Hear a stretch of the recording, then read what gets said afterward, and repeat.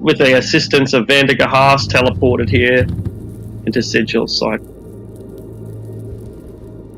We met up with Kaya and her recent companion, against Zerai, and with Zard and Kaya, the party was now formed into the morass we have now. A lot of things happened earlier in the piece. Seeing demons fighting in the street, visiting a tavern that looks suspiciously like a temple for the Zentarum, witnessing a paladin of Helm get executed for the crime of smiting fiends, seeing some fights between the religions of Athena and the religions of Marduk as they disagreed over whether freedom or control was the best form of government. And of course we did a deal with the Dustman of the mortuary, who asked us to slay a djinn in exchange for an address or something. Anyway, we had to go to bouquets from Celestia in the ladies' ward, and the idea being that if we took a eagle feather and went through the window, then we'd get teleported, transported, planar shifted to our destination, emerging from a mirror, a vanity mirror belonging to the Khalifa Kintara, the wife of our target. Of course, the window wasn't open. It was a solid pane of glass, and a deeply suspicious florist who looked like he'd seen people try to jump through his window before from time to time. And unable to stop you, you shattered your way through the glass, Brotor in the lead, followed by a certain creature whose name's best left forgotten for all time, and then a procession of the rest of you. You land on a pile of coins, and this pile of coins immediately begins to collapse underneath you. It's quite high. It's several meters tall of all these coins, and you begin to collapse. So I guess when we're ready to begin, we can redetermine what order we entered the room in. Well, yeah, Bertold was both first. I think I was near the end. I can't remember the exact. I was last or second last, or I thought somewhere. I thought Kaya went through last. Okay, yeah. I don't think I was last. I think it was in the. Yeah, I think you were second last, and Kaya went after Dante. We'll start with Brotor. Ah, good. Yeah, we know somewhat where we're going, so this is good. Brotor, you've burst out of a mirror. You don't have much time to react, other than you land on a mountain of coins. You're in a darkened room. There's no light in here other than what you can see with your own dark vision, and it's obvious that this mountain of coins is about to collapse underneath you. Even as you hit the coins, you see Zelafan, or that's the dragon's name. You see that little flying head. I can't even think of his name. I don't want to think of his name. Zelakarn. That's him. And he flies through the portal, smashes straight into the coins, gets buried in them, and is soon crushed under the weight of 10,000 coins. You've hit the coins. It's now collapsing underneath you. What do you do? Alright, so it's all underneath me. There's no mountains of coins above me coming down. No. So to illustrate, imagine a pile of coins like a pyramid. At the top of that pyramid, or near the top, there's a mirror that's just jutting out of it. It's, there's all this sort of junk, like all this treasure, and the mirror is part of the treasure. And so you spit out of this mirror and fall onto the top of a mountain of coins and begin sliding down the bottom. And the whole thing just, starts to collapse as soon as you've touched it, more or less. Alright. I guess I'll try to find where it's gonna go first, and then just try and ride it down like a wave. Make a dexterity saving throw, unless you have a skill check that you'd rather use. You know, surfing, for example. I guess I would rather use a dex save because I think I probably have advantage on it for danger sense. Sounds good. You absolutely do. Watercraft would maybe be appropriate. Landcraft. Yeah. Anyway, I think it's land. Beautiful.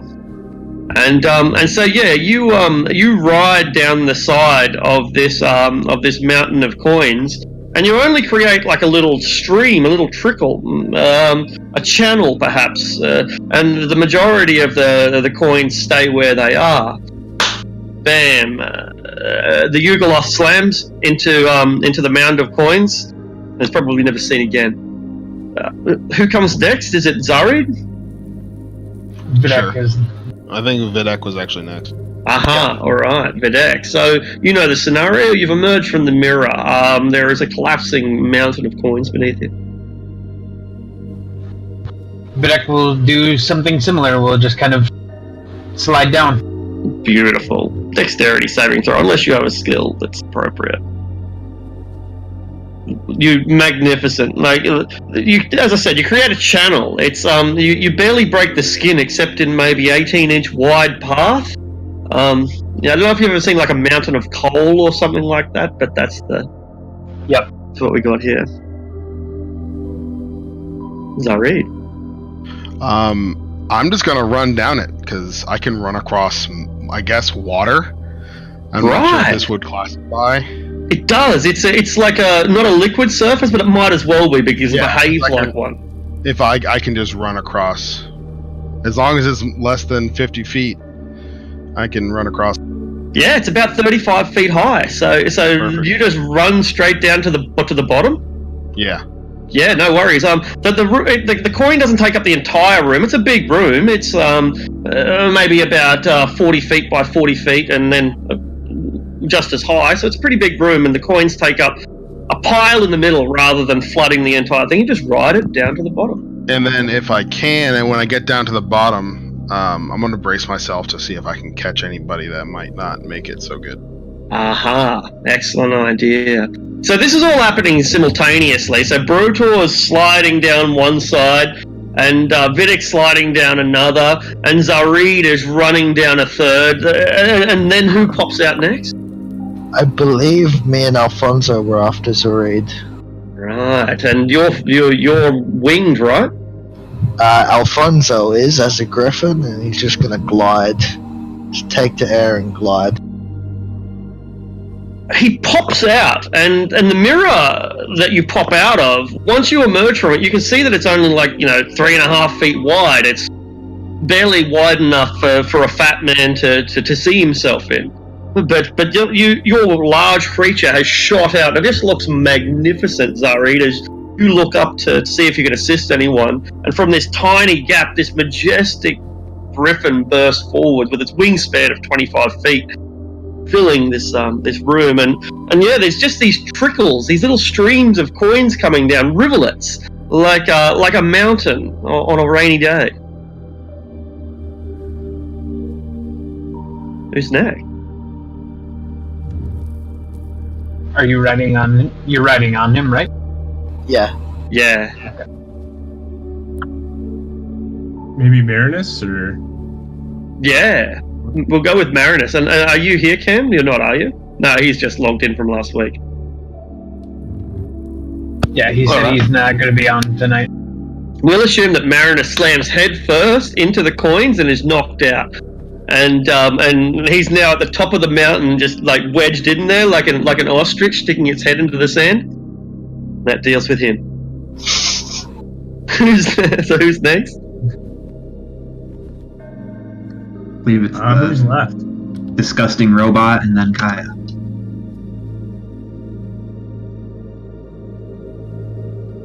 I believe I am next. Let's go. What are you going to do, Oren? You've been spat out and you're about to go face plant into some gold. I am going to... I'm just gonna just lean forward and slide on my belly down the gold.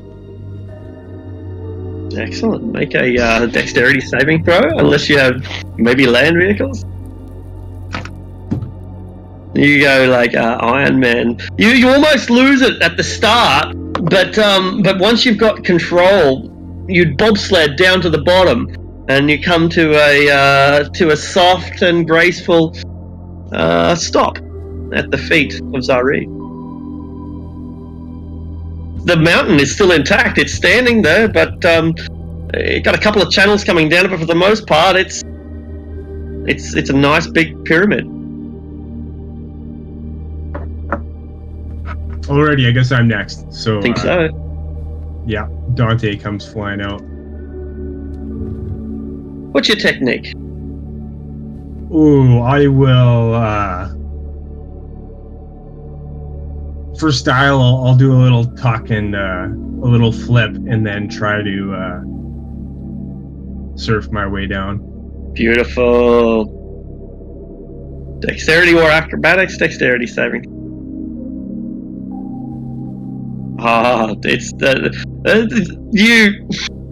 you just upstage everyone. Like there's some graceful maneuvers, there's some creative maneuvers, and then there's you. The one and only. Pull a Legolas. And finally, is Kaya here? Indeed. Excellent. You understand what's going on? You've been spat out of a seem mirror. Yes. Believe we're riding mountains of treasure, as all adventurers dream of doing. Yeehaw!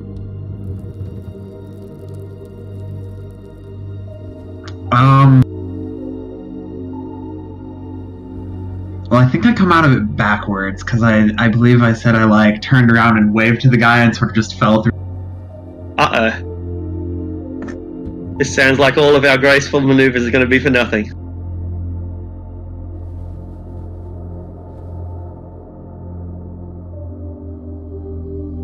One Well, I person. suppose went Kaya last. falls out and gets a glance around, and as she's falling, kind of just tucks and rolls once, and then just attempts to dig her feet in and find some footing in this pile of coin. Right, so you're trying to lodge yourself in Mariner style, but with your feet rather than your face. Mm-hmm. Yeah. Okay. I guess that's a strength saving throw then. I have advantage on these. Cool. And you hang on. You grab onto a big candelabra that's wedged in there. Although you bend it a little bit, it keeps you intact. And the mountain, ting, ting, ting, ting, ting, ting, a little like a chorus of pebbles, coins and jewels fall off the side, exposing the treasure that remains within. But the coins come to a halt after rolling across the open floor, and then it's fairly quiet, except for a kind of grunt outside of the door. Now you haven't had much time to appreciate this room yet, so now you're able to take a time to.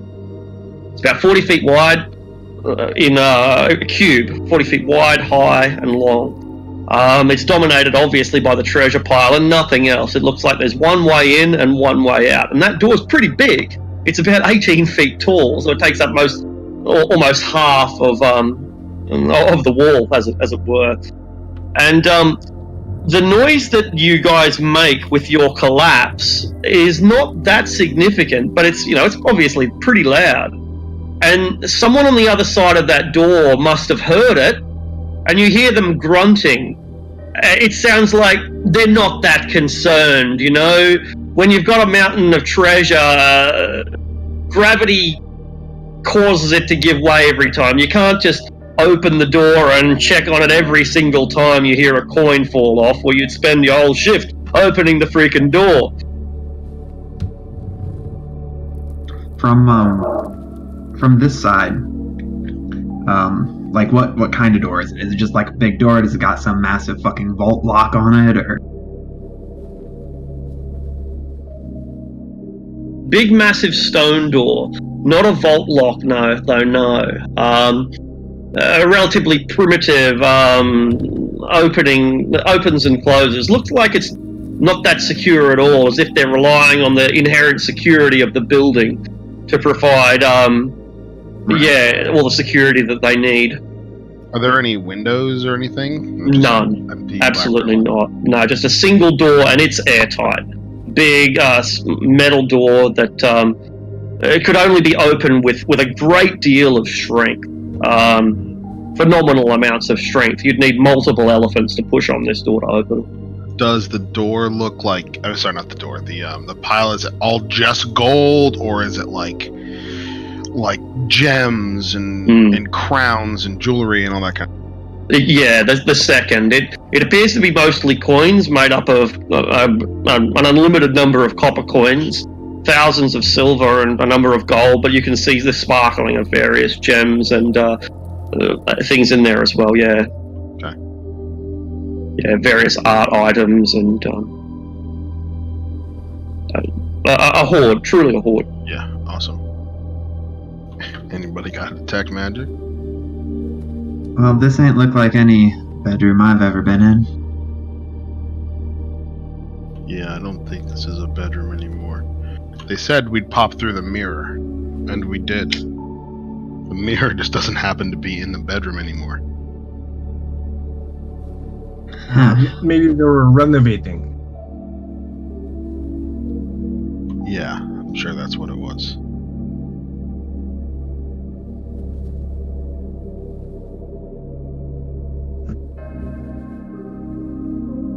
You said this place seems to be airtight?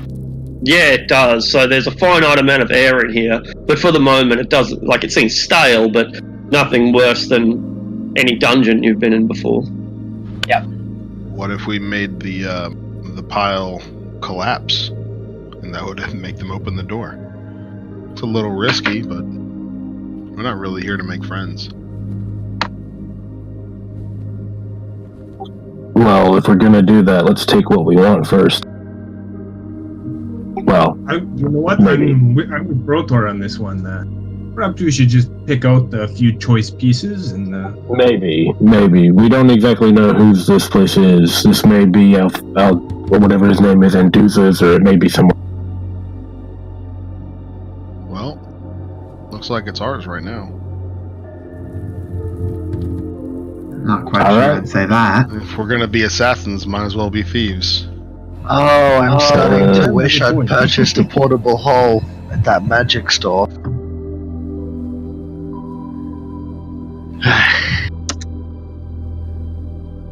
Well, we have a bag of holding. Portable hole could carry more. Yeah, but beggars can't be a pocket choosers. dimension. Well, suppose if we're gonna do it, I do have these. She'll reach into one of her two haversacks and pull out the 3 big duffel bags that she used to carry all her gear. I mean, yeah, that could work. Should we get Does to it anybody then? have detect magic? Yeah, I do. I think we should pop one of those and see what pings up. I will cast Detect Magic. Roll a d10. Let's see if you can see what's glowing. You know, it might be blocked by a line of gold. Do you want me to make a perception check? Well, it's just raw luck, because if it's at the bottom of the pile, you're not going to see it no matter how good you look. There is a glowing item in there. It looks like a sword handle. Okay, there's a sword handle, but I think we want flashier items. So, I mean, maybe I could just cast reverse gravity on the entire pile and sift through everything. Well, that'd make quite a bit of noise. Hold on, let me see I what am that sword is. legitimately not opposed to that in the slightest. Alright, well, let me get that sword hilt first. And he'll run over and grab the sword hilt, wherever. Slowly. Yeah. Slowly. Yeah. Make Yeah. a sleight of hand check. Oh, fuck. Okay, I'm not bad. I'm just not proficient. That's bad. Ooh. Bad. Alright. Make a dexterity saving throw, just brutal. Okay. Advantage? Yeah. Danger. Okay, good.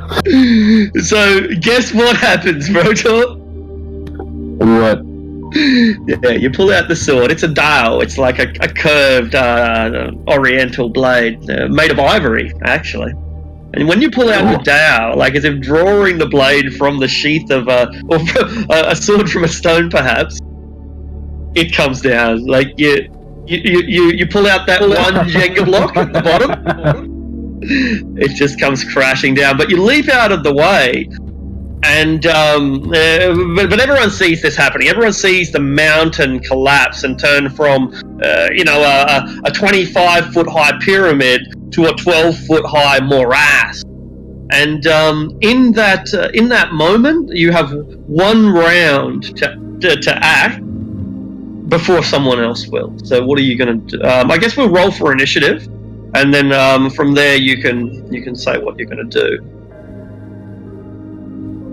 Just put your token down anywhere. There's no need for a battle map here. They changed the thing for everyone. It looks like the what?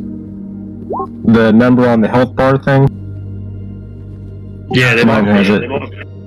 Yeah, might be inconsistencies between the different tokens. I can't see the other people's. I can see mine. Yeah, a bit inconsistent, but.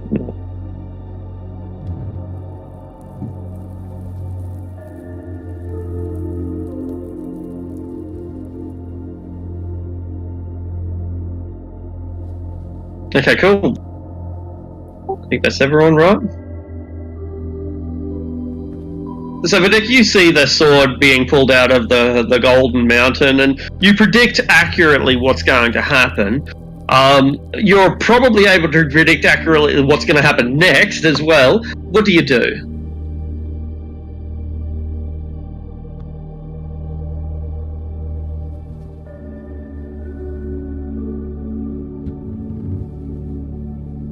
I can't hear you, Vidic. Can anyone else? No. now? Yep, now. Okay, you can hear me now?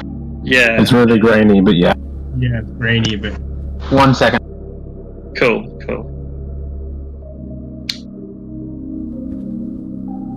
The sound of 10,000 gold coins falling to the stone. How about now? Nothing more beautiful. How about now? yeah, I can hear you, but you're just not. It's not a good connection. Correct. Yeah, that's what I'm asking. Is it less grainy? No. Same grainy, maybe? Whole grain? That better? Yeah? Yes. Yeah. Sorry, my headset had fucked up just a little bit during that, where I lost connection, and that happens sometimes. Cool, man. So I just needed to reconnect it. Anyway, yeah, Vidic is just going to pull out a 10-foot length of rope, cast rope trick, and everyone in, and going to scurry up into his little hidey hole. Alright. Brotor, you have narrowly avoided being entombed in gold like the kings of old liked to do. I guess sword in tow, I climb up the rope into the pocket. It's snug in here. Yeah, I guess I'll do the same thing. Alrighty. Hop up and climb into the rope. Yeah. Yeah. Fall suit. Felix? I am just going to take Alfonso back up to the ceiling of the room. I'm not going to try and squeeze a large-sized griffin into a small hole like that. Yeah, I was wondering about that, yeah. The griffin won't fit.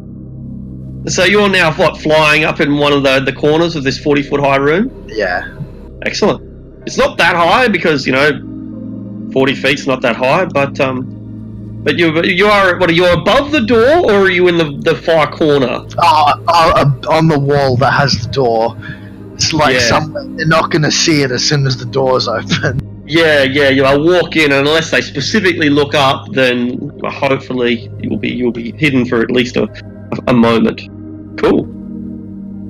Kaya. I look up at the griffin. Do not move.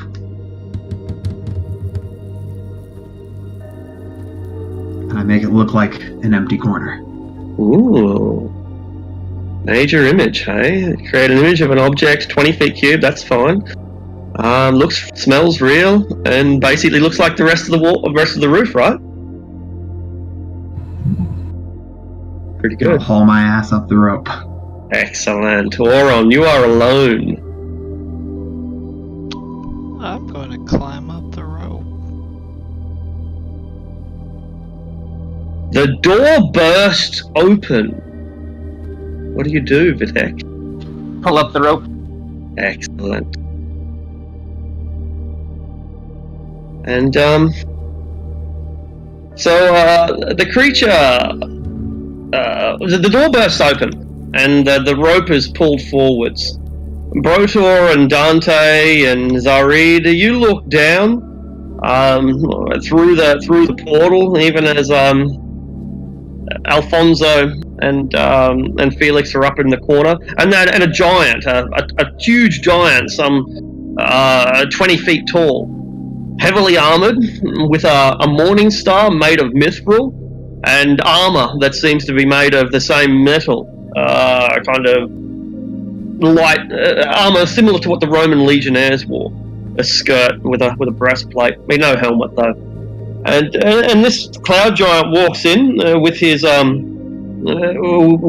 flail, and he looks around, and he starts investigating the room.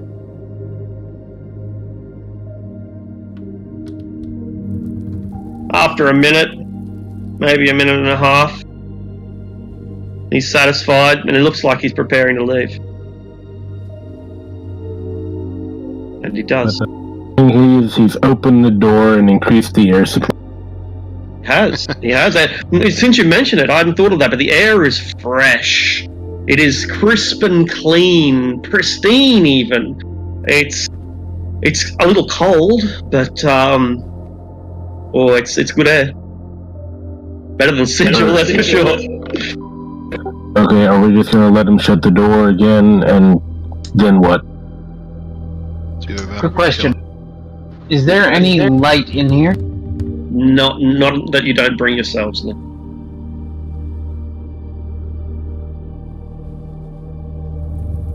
And there's none in the chamber. Coming in. Yeah, there's none coming in from the other side of the. There is. So that's my fault for not specifying that. When the doors are open, there is light coming through, not flooding through, but there is an ambient light. So there's I don't think any of you would be able to see out into it's a hallway. Guess what? It's a hallway. But I don't think anyone's able to be able to see out into that hallway where there seems to be an ambient light source, and there is definitely a passage of wind. Yeah. Does it sound like there's anyone else outside the door waiting for the other? You can make a perception check, I suppose, but it'll take an action. Okay. I'll do the. Are we doing initiatives? Well, not really, but no, but he's about to close the door, so we're kind of running out of time. He's come in here, he's looked around. That's cool. We haven't acted. He's going to leave. That's cool. He's going to close the door. What are we going to do? Considering I'm not in the stuffy rope trick, I'm going to have a quick check to see if there's anyone out there, like, listening. And if they're not, I'm just going to fly out over his head. Yeah, okay, cool. So, first of all, make a perception check. You can't tell. I'll use inspiration on that. Okay. Got a plus 15. I reckon. Much better. Wow. You are able to sense that beyond this room is a extremely long corridor, like so long that no human civilization would ever build a passage that long, unless they wanted to tunnel through a mountain, perhaps. You think that you must be in a building of such titanic proportion that its simile just doesn't exist anywhere at all on Toril. And does it sound like there's like a second giant or anything out there with him? It does not. It sounds like it's a place far too big for anyone to station, multiple people unless they absolutely need to. And the asset, with your massive perception check, you've likely got a massive insight check as well. And you can expect that out in this hallway there's a single guard, and he's the only guard for countless hundreds of feet in any direction. Yeah, how tall is the doorway compared to the 20 giant? feet? 20 feet. He kind of has to duck a little bit to get under the door. Just a little bit. Yeah, I'm assuming it's not possible to sneak out right after he ducks out without him spotting us flying through behind him.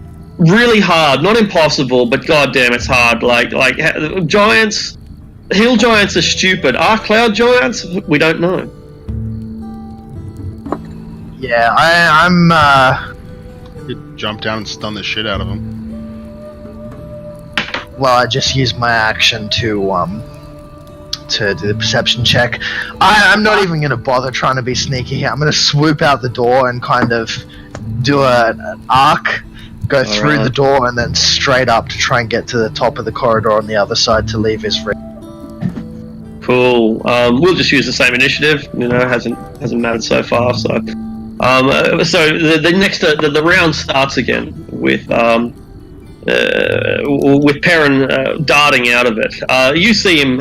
You see what he's doing immediately, Videk. What's your reaction? Is there any light, shining directly in the area below where the rope trick is? Any light shining directly below? Only ambient light. So no, there's no rays of light. No. Would it be considered dim light? Yes, it is dim light. Okay.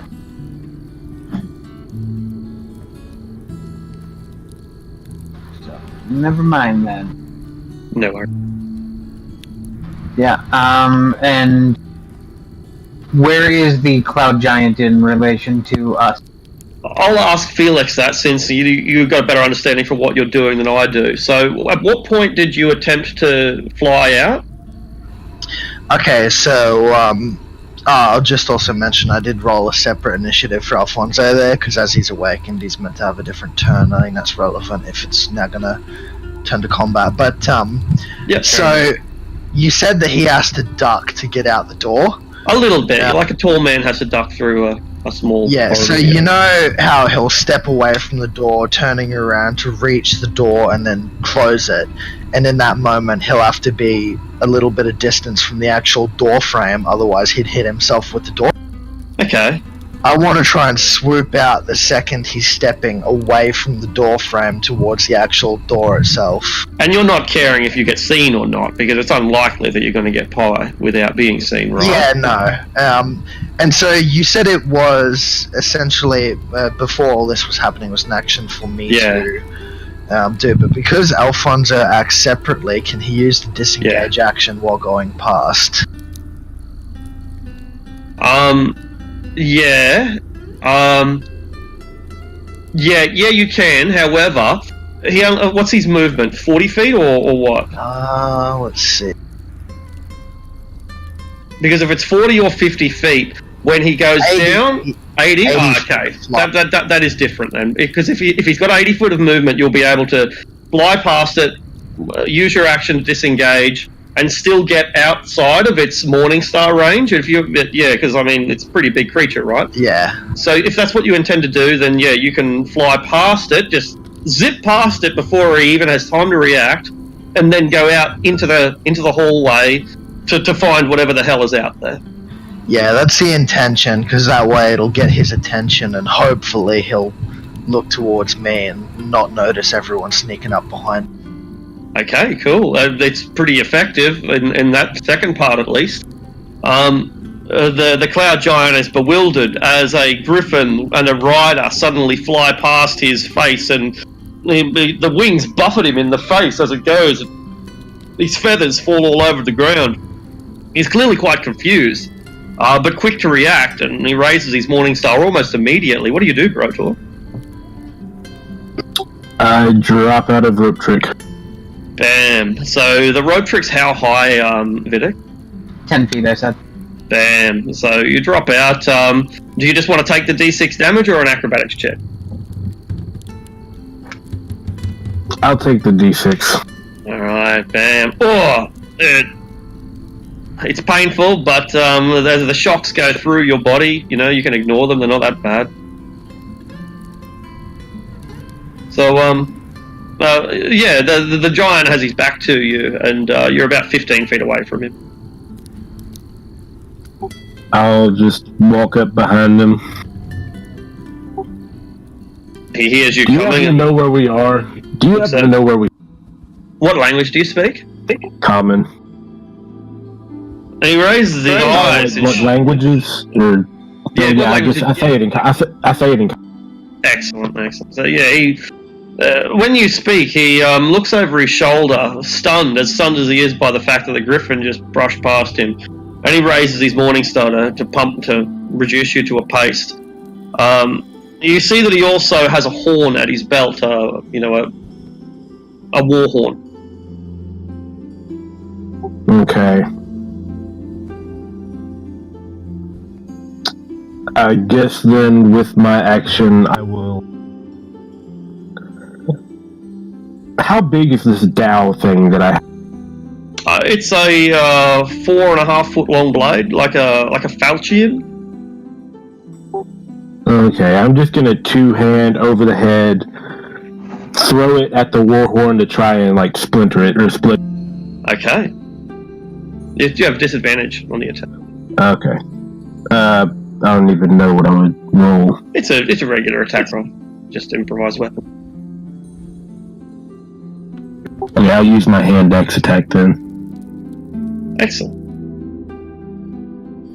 Yeah. It's disadvantage, so it's a 20. Good call. It's still a good hit, and the horn cracks and breaks straight down the middle. All right. Dante, you're 10 feet in the air. Yeah, I will jump down onto the pile of treasure. Is there any piece of treasure that looks particularly expensive? Oh, yeah, sure. There's a cloak that's made of white feathers. Ooh, that's perfect. Yeah. I take the cloak and I put it over myself, and I yell out to the cloud giant, "How do you think I look, big boy?" And I'm trying to hit him with my panache.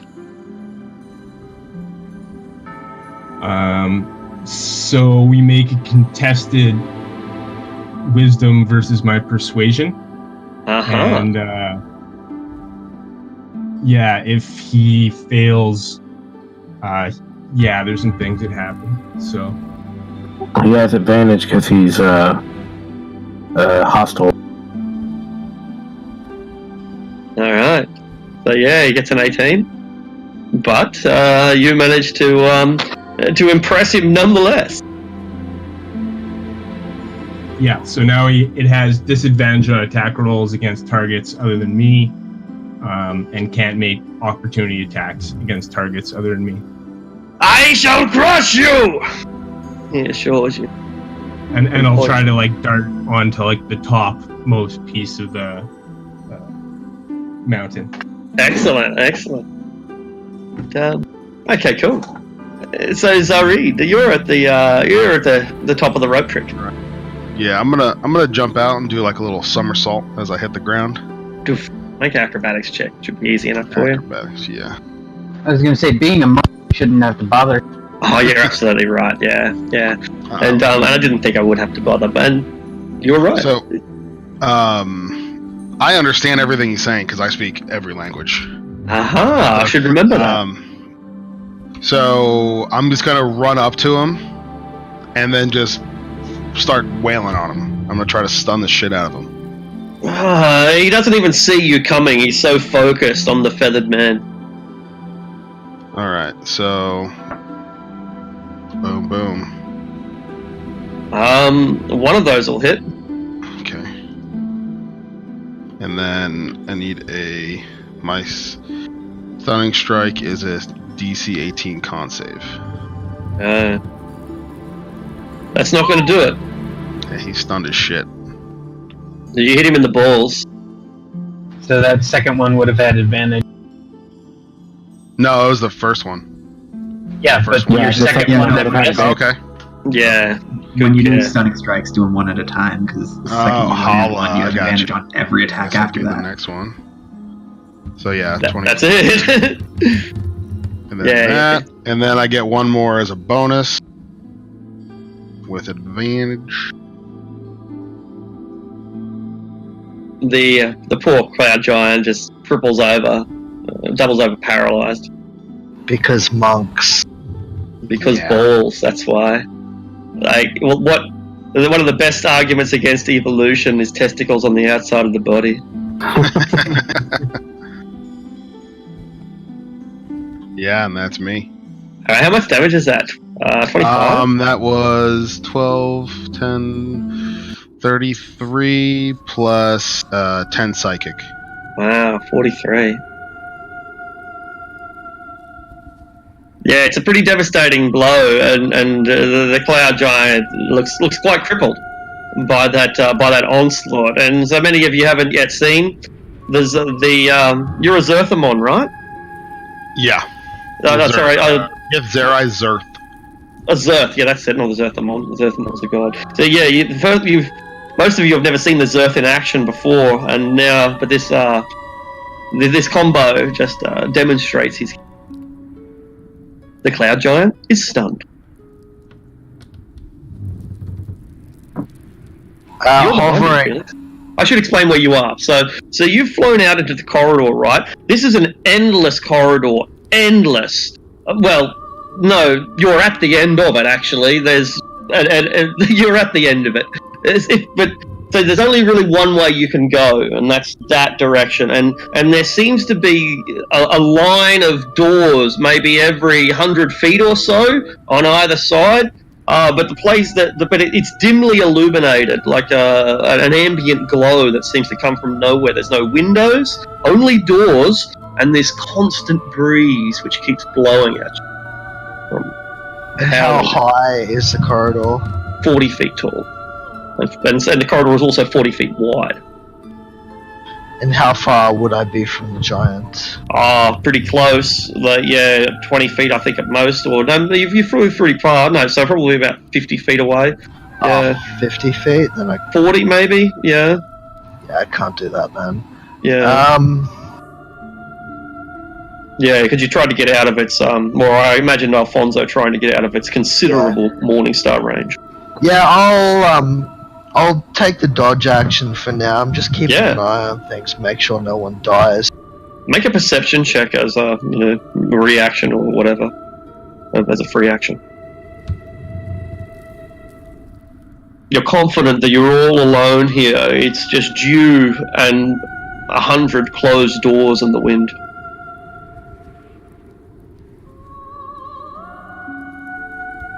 Fire.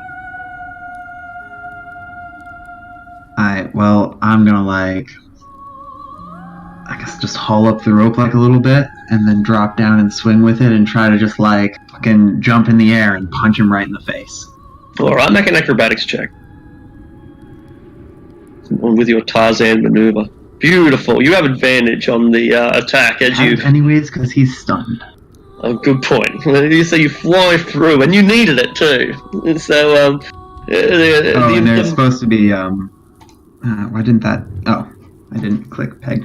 So the gauntlet lights on fire to his eye, and it's a blue flame punch in the face for an extra 2d8 fire damage. No worries.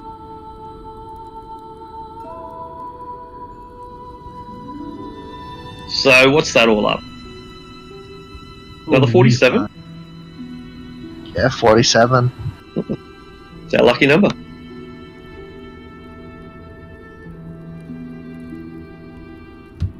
Alright. It's a smashing hit. And then can I guess, I'll use I have the ability to grapple as a bonus action. Can I use that to, like, grab onto him so I don't fucking fall to the ground now and take, what is he, 20 feet tall, so... Absolutely, and he tries to, like, push you away in the process. So make your grapple check. Yeah. But you're hanging on. What part of his body? You've got such an excellent grip. What are you hanging on to? I don't know, does he have a beard? Yeah. There we go. Punch him in the face and then, like, grab his beard as I'm falling and fuck. He tries to shake you like a wet dog. On. But he cannot shake you free. Alright. I am going to shoot a fireball. Excellent. But it's not going to strike through the breastplate. Stunned. Oh yeah, of course you do. Oh god. He's stunned as shit. Goodness gracious. Bam. Yeah, stuns are ridiculous. Those monk stun power really changes the game. Yeah. You hit level 5 and game changes, son. Can I shoot a spell from inside this rope trick shit? No. No. Okay, so first I'm just gonna slide down the rope. Yep. To the ground and then shoot the fireball. Make an acrobatics check as you do. You go down fireman style.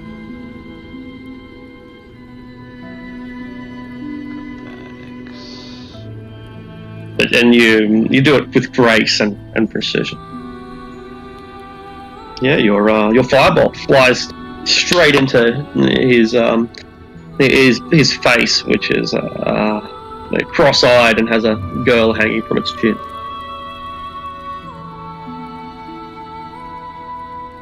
I don't know if this is what you intended, Vidic, but I guess your plan worked. Nope, but fuck it. Guess we're good. Guess this is what we're doing now. Fuck it, we're doing it live. Yep, pretty much. This is how we do things. So Vedek will drop down and we'll take a couple shots with Voltaire, sharpshooter. Excellent. You haven't fired this bow before, have you? I have not.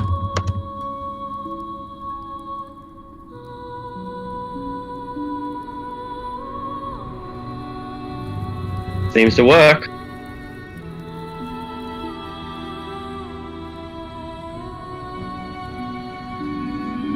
Seems to work very well. 49 damage in those two. Very nice. Is that 49? I didn't add it up yet. Crazy. Oh no, wait. Ignore the favorite enemy. Sorry.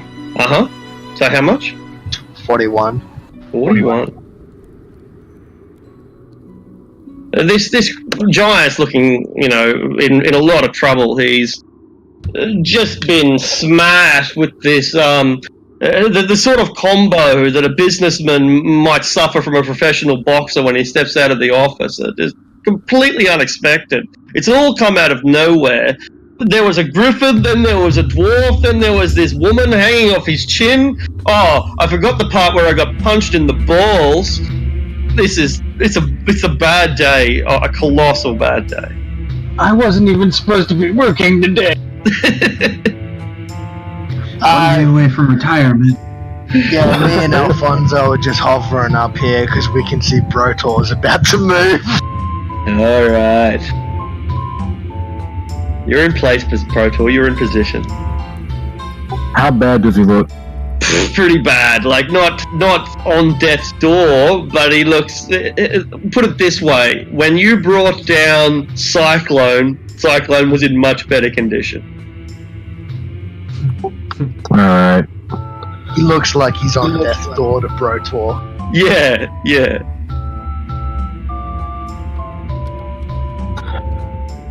Fuck it, yeah, Brotor's not the voice of reason. Yeah, he's not raging, but he's going to go in recklessly for all three. Oh wait, no, I don't have to. You already have advantage, so... Yeah, so I'm not going reckless. Systematic attack. So yeah, pretty sure all those hit. What are we looking at? So 21 plus 19 is 40, plus 4 is 44, plus 16 is 60, plus 7, 67? That does it. It's he falls first to his knees, then face first into the coins, and blood pours out of half a dozen different wounds. Yeah, shattered. With his face first. This might not make a difference, but are cloud giants resistant to lightning damage? I just checked that and they are not, because 5 edition, man. What the hell? Oh, no shit. Okay. What the hell, 5e? Where's your lightning? Where's your lightning? It's not additions, it's storm giants that use lightning, not cloud giants. Oh, okay. Good point. But still. Hence why this is lightning damage and not fire damage. Haha. But yeah, the story behind this is, well, all you see from the axe is there are electrical scars all up and down. Sick.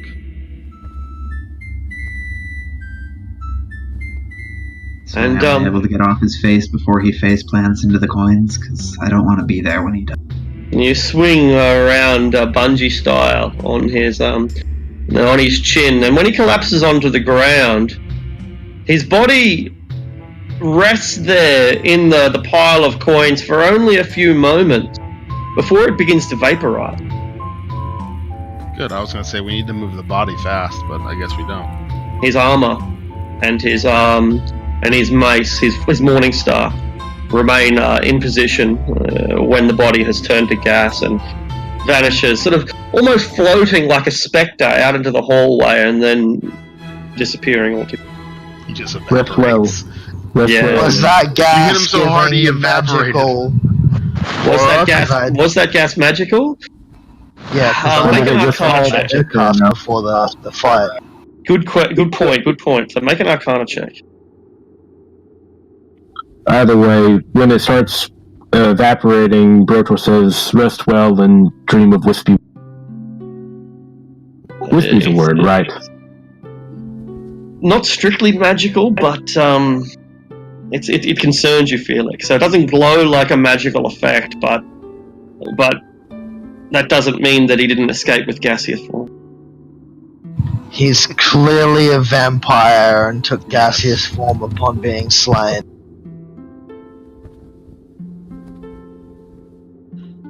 Alright. We should retreat happened. because I don't have Sunbeam prepared. We must be on guard.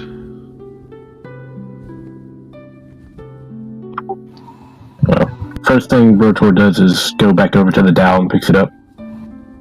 Nice weapon. The magical aura is not strong. It's quite weak, in fact, but it's a nice weapon. Weapon of gullibility again. Yeah, love them things. I'm gonna hand them out every campaign. Ah, the worst. So you said his armor and his mace were made of mithril? That's right. So you've got a giant mithril breastplate, and you have a giant-sized mithril morningstar. Ooh. Oh, if I didn't have Cyclone. You won. I'm not sure if you could pick that up. 150 pound It looks like I picked mithril. up- Well, actually, I it's caught it. so it's super light. Yeah, mithril. Yeah. I pick it up. I pick it up before he says that. It is pretty light. What were you saying? Sorry, Steve. Oh, I was just saying I didn't think he could pick it up. Yeah, and you were wrong. It is pretty light. Cumbersome nonetheless. Imagine picking up an aluminium frame that's 10, 12 feet wide. It's pretty cumbersome, particularly if it catches the breeze, but it's a fraction of the weight of iron.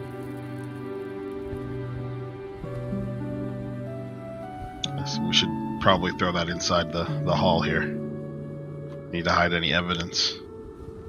It's not going to fit in any sort of package. Well, no, like in the room. Yeah. I thought that might be what you meant. You could bury it under coins, yeah, but you couldn't.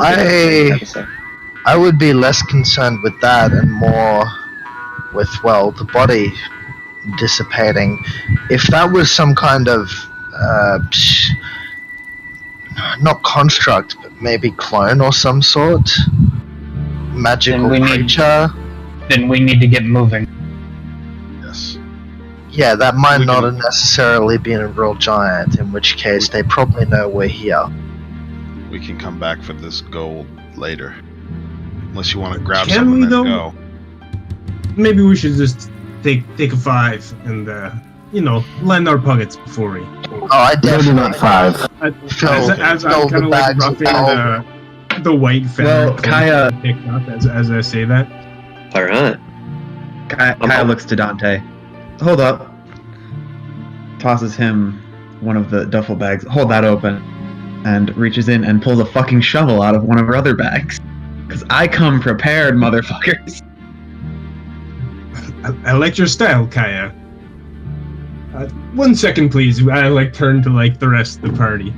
And as you do, you flourish with your just by turning, your cloak goes whoosh.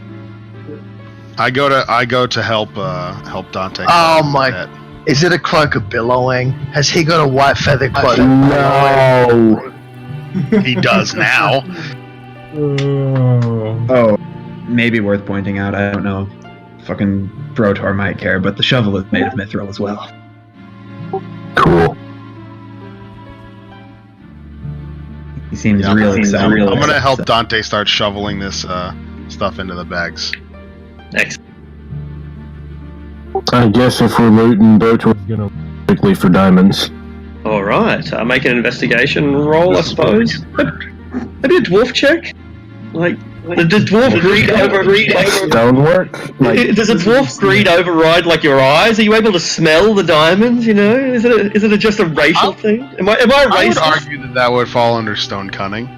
It could. See, it could. So you can make a stone cutting check. I mean, the word stone is in gemstones. It is, and they are stones. They're a very valuable type of stone. You start looking around and you find one. That means there might be more. Yeah. What's this diamond that I found? It's only quite small, but still valuable. Yeah, I'll pocket that. So I've got these 3 duffel bags, each of which can hold up to 45 pounds. Shoveling all this is going to take an hour, if that's what you want to do. Maybe not an hour. I think it would. Not shovel all of it, but to fill a bag. That's not going to take an hour. If you don't want to spend 10 minutes. Yeah, sure. Okay, cool. Alright, so just going to try and find some good gems and throw them in his pockets. Cool, make a investigation roll. Yeah, if we're taking 10 minutes, I guess Brotor will keep looking for diamonds. That's you find the diamond in that sort of period. Okay. I'll look for some diamonds as well if we're taking 10 minutes. Sure. I'm gonna be looking for anything that stands out that's not gold or diamonds. Wouldn't you still have the detect magic up?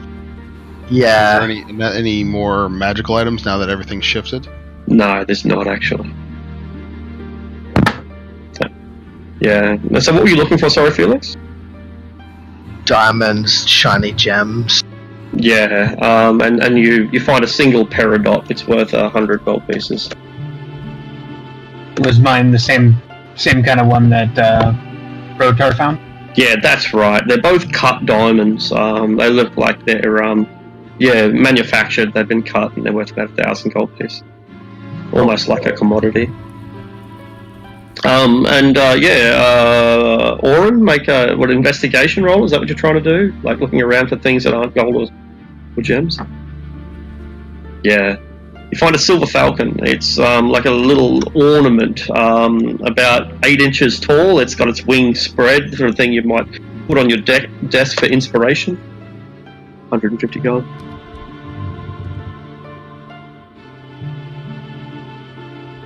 And when you finish shoveling, collectively, you manage to get the following.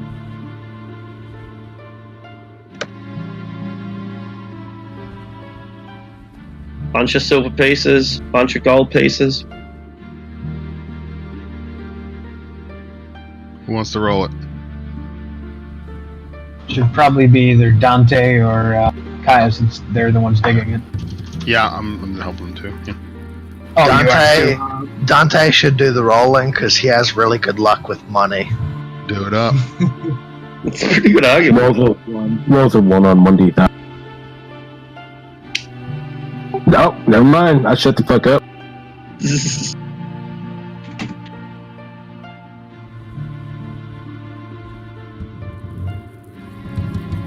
Not bad. I shut right the fuck up. Told you so. 69 right in the middle, too. Nice. Yeah.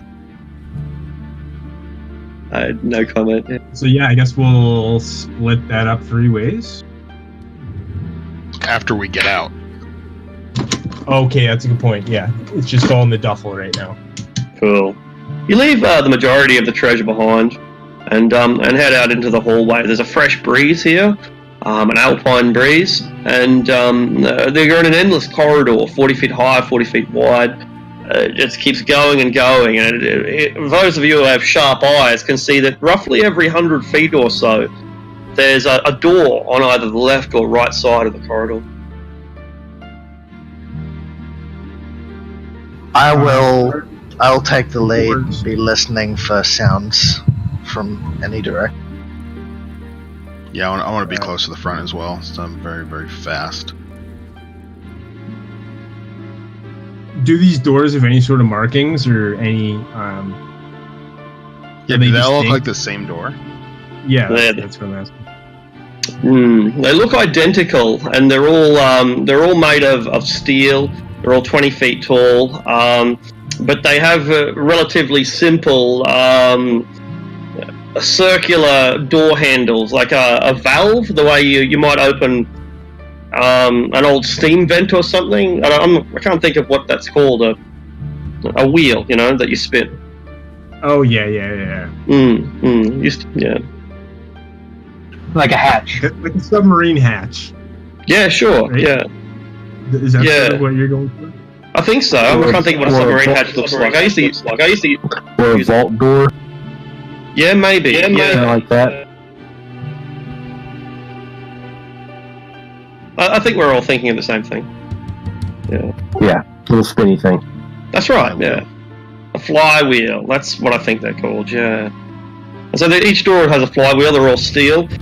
So you'd have to spin the flywheel presumably multiple times, and then it would unlock the door, and you'd be able to push them open. Each time you'd need a fair amount of strength. These doors aren't made for humans.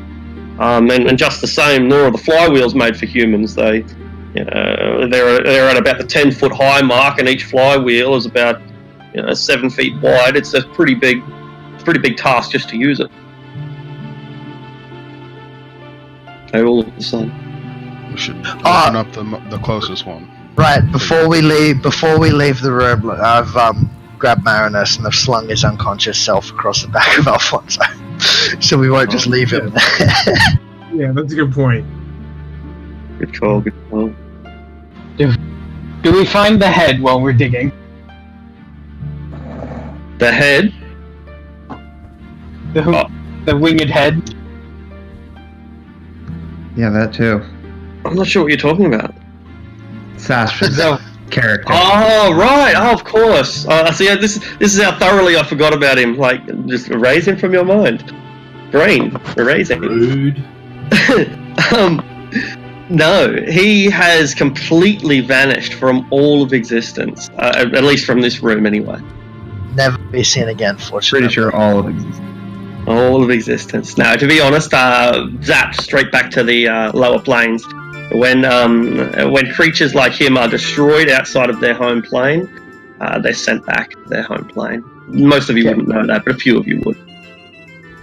Videk probably would. His favorite. Well, I mean, these guys have killed Morn how many times and now? it keeps coming back.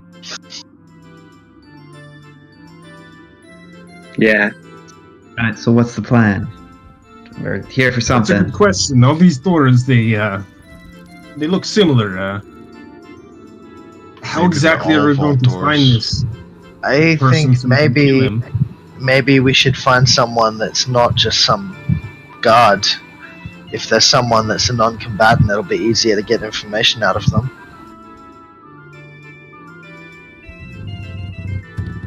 That Alright, could well work. then I say we take, just like moves a finger around, that. I mean, I don't see why not. I don't see. We don't have anything else to go on, do we? That door it is. I turned it. Are they all sealed like the other doors, so there's no airflow?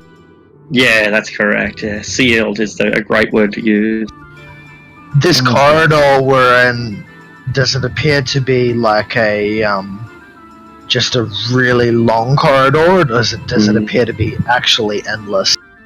Oh, yeah, either or. It's a very endless or very long. I could be either of those. There's a source of wind coming from somewhere though, presumably the far end, and the floor is not bare. It's lined with this beautiful white and blue carpet, and the walls, although made of stone, are painted lovely white, as is the roof. There's no real signs of cobwebs. There's only specks of dust, only minimal amounts of dust. It's a grand and beautiful hallway, but it's also very bare.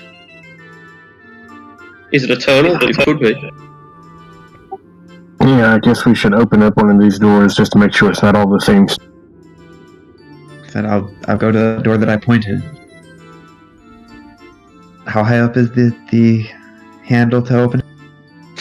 20-foot tall door, so it'd be about halfway up. Yeah, at about the 10-foot mark, and the wheel itself is about 7 feet wide. So the wheel itself is bigger than you, and pretty inconveniently high off the ground. Alright, well, I'll toss the bag of coin to someone.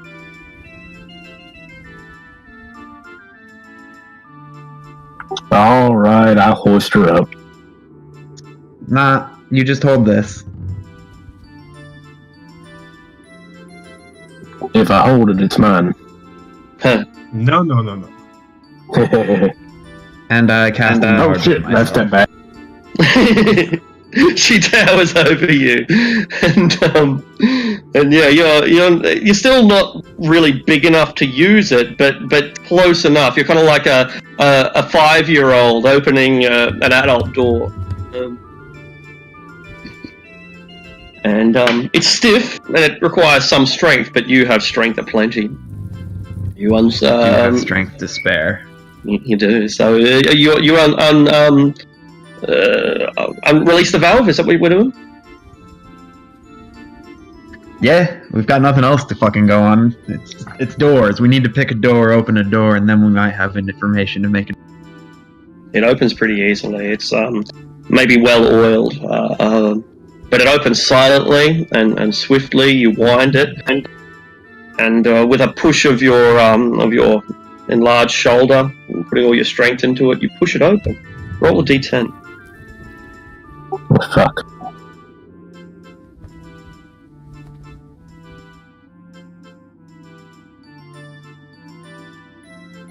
Alright.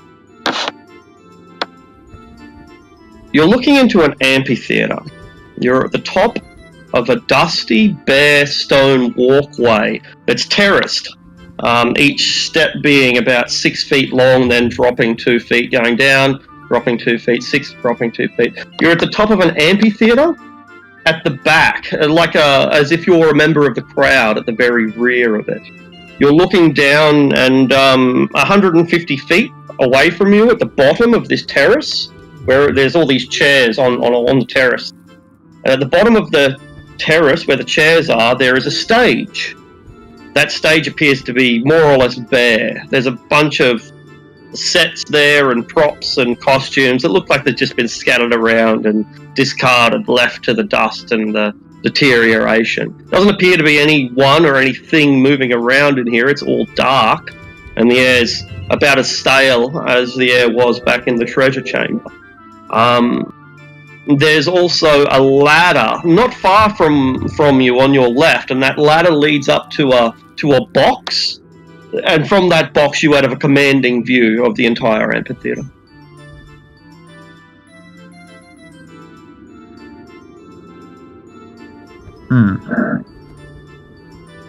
Try another door? On to the next one. Well, you're still big. Yeah, I'll move and go open another door. Close this one first. I'll only keep this going for about a minute.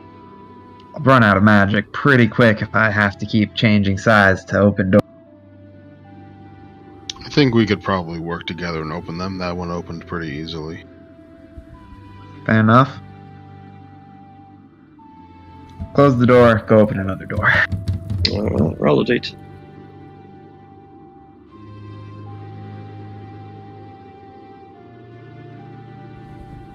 You open the door. The one. This is number 1. You open the door and you find a long tunnel. There's a breeze, a really fresh, cold breeze coming from down there, and it brings with it a few snowflakes. The tunnel's about 500 feet long, and then it ends, and it seems to end in an immediate cliff. You can look out and just see sky, nothing but sky, clouds. You hear a screech of an exotic beast, and immediately Alfonso reacts. He looks around. Do you have a telepathic communication with him, Felix, at all? No. No, he's looking around. I mean, agitated. he's awakened, so he can actually speak. Okay. It's a griffin. He mutters to you, and but then you also hear the clomp of hooves, clomp, clomp, clomp, clomp, like a horse that a racehorse in a stall that's champing and at the bit, getting ready to race. You hear the screech of a griffin. You hear the stomp of hooves. You then hear the roar of what sounds like a lion. And all of it is coming from the end of a 500-foot-long tunnel, 40 feet high, 40 feet wide, completely dark until you reach the open sky, where there's just cloud.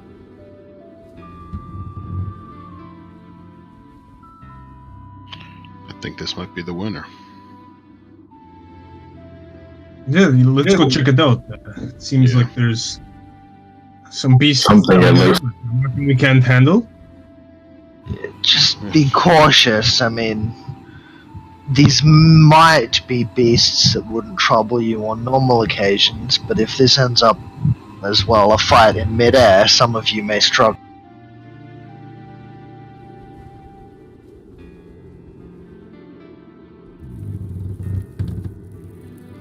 Yeah, we'll head down the hallway. Let me scout ahead.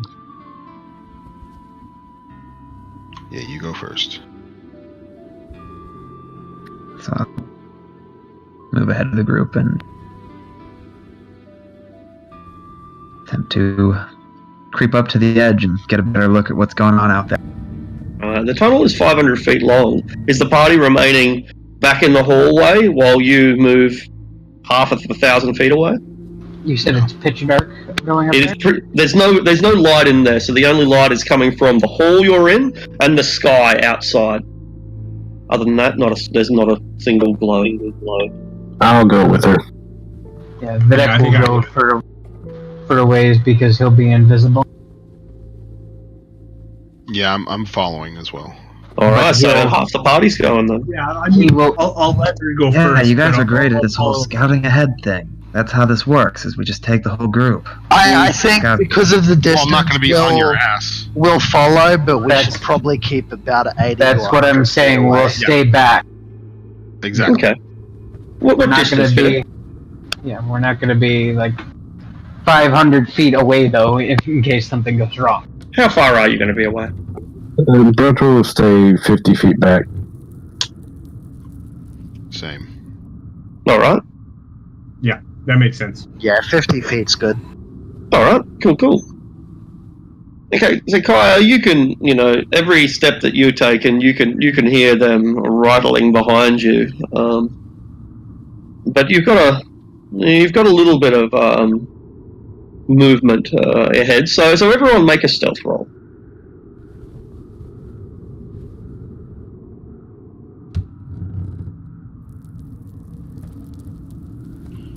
Just 10. 5.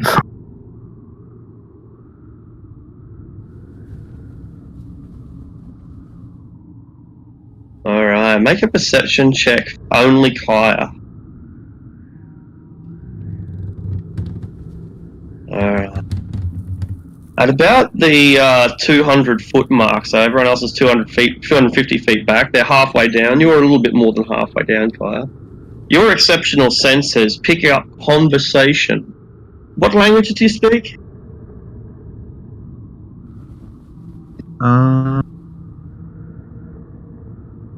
Let's see.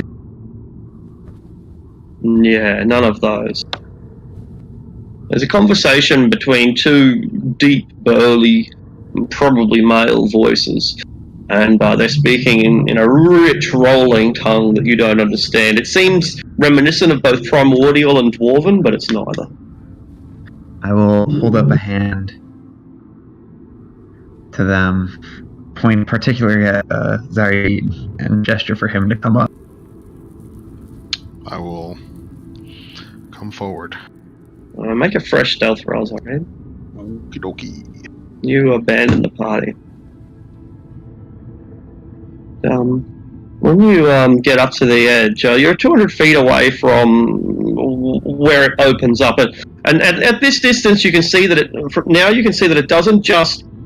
It's not a tunnel that emerges straight at the edge of a cliff or something like that, but rather the tunnel opens up into, let's say, like a hangar or some kind of open air room before it reaches the cliff. So this tunnel ends in a room, and that room has no wall.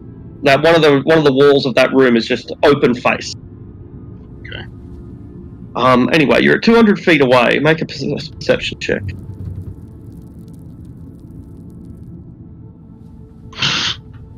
Don't hear a thing. The wind begins howling, and there's a distant crack of thunder, and the occasional squawk of the griffin, and you don't hear a thing. Shall we move closer? Yeah. Yeah, we'll move up a little bit closer. And the party keeps following, right? Videx staying well back. Alright. Everyone who's moved forward, make a He stealth. does not need to be that close. I'm stealthy enough. I'm not worried. Mm-hmm. I need to make a new one. Better than less. Everyone does, yeah. Okay. I'm not the worst. They know we're here. The Alfonso tells Felix, and the griffin starts squawking, and the hooves start tramping, and there's a neighing, a frantic neighing. Rato, shut up! Says someone in the giant tongue. Only those of you who can understand giant get the words, but most of you get the implication. Shut up! Woo! Rawr. Are the animals saying anything? The Alfonso is. They're not speaking in a language you can understand. No, they're not speaking any discernible language.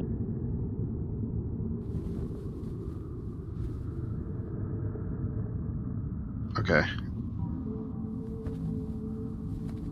The giants are distracted by the beasts.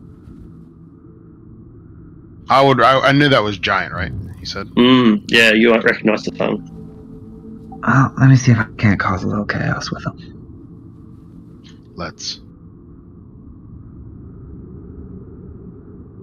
And I will, I guess, creep forward until I can get a view on something. You sneak forward alone, and so the party's now in like 4 different groups, with Kaya at the front, then get Zerai a little bit behind, the bulk of the party following, and then Vidic, I believe, isolated at the rear. You get a pretty clear look at what's happening here. there are 3 cloud giants. 2 of them are having a conversation, and that conversation appears to have been interrupted by these animals. This is a rookery, or a hangar, if you prefer, but a rookery. There are like 20 caves lining this area, and each of those caves has a cage on it, bars that like a prison. Behind some of those, there are beasts, griffins, pegasi, and you can hear the roar of more animals besides this. So there's probably even more of these creatures outside of your vision. There is a 3rd giant, and that 3rd giant is he's got a saddle, a big, massive, giant-sized saddle, and he's muttering to himself in the giant tongue, which you can't understand, but he seems to be threatening a beast, the beast that he's about to saddle, presumably. And you can hear the beast growling, deeply growling, as if it resents his attempt to prepare it for being ridden. So 2 cloud giants plus a third one's trying to mount some creature that's still behind bars, and then several of these barred caves which have hippogriffs and griffins and pegasi, who knows what else. Well, cool. I'm gonna cast a spell on one of the 2 that's in conversation with each other, or trying to be in conversation with each other. Mm-hmm. And it's that one. He has disadvantage on the saving throw because I'm hidden. Okay. Loses his ability to distinguish friend from foe, all creatures as enemies until 1 minute later. Each time it takes damage, you can repeat the saving throw. Okay, cool. The giants immediately begin fighting. So one giant, he tells, those of you who can understand the giant tongue, "Hey, you! Shut up! Don't you tell me to shut up!" And raises his morning star and starts smashing him. "What do you do that for, you idiot?" And they immediately begin getting into a battle. Now, as you know, due to the exchange of blows, this isn't going to last as long as you'd hope it would last. I guess we should probably roll for initiative at this stage.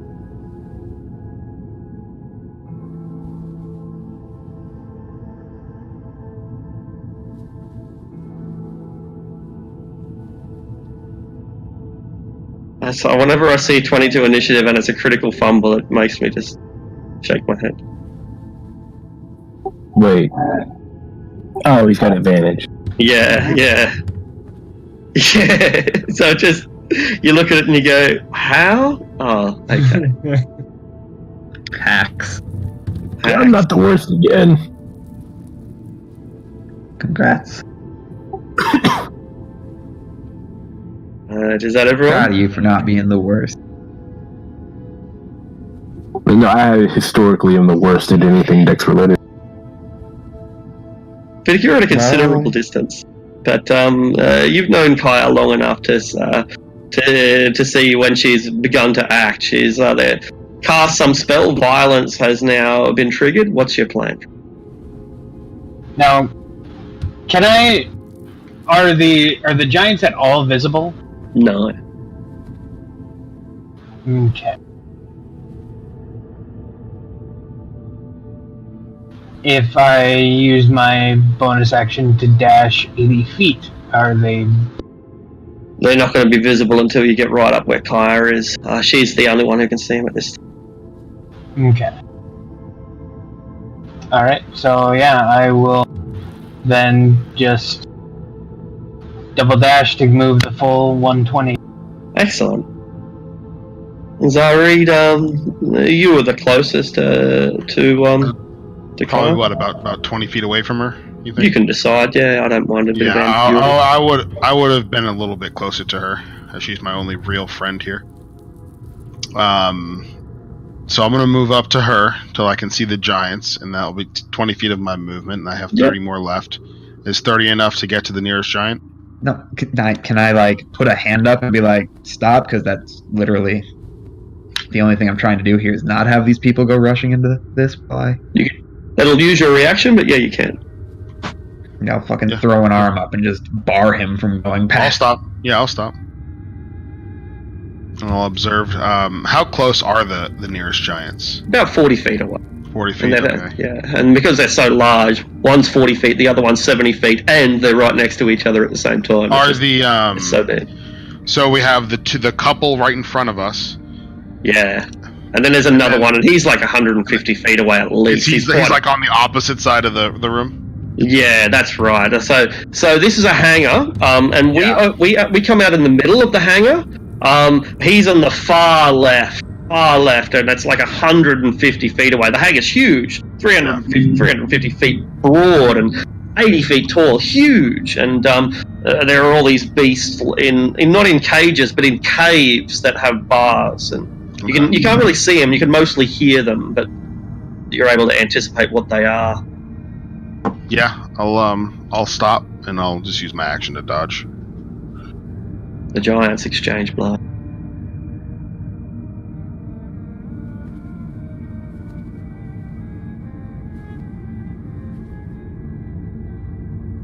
Wisdom saving throw, is it? Intelligence. So, DC 18. Alright. Wait! It must be enchantment! Yes, there is sorcerer here. He has disadvantage on the first turn of it because I'm hidden from him and I am an arcane trickster. What did you say about my mother? I say nothing!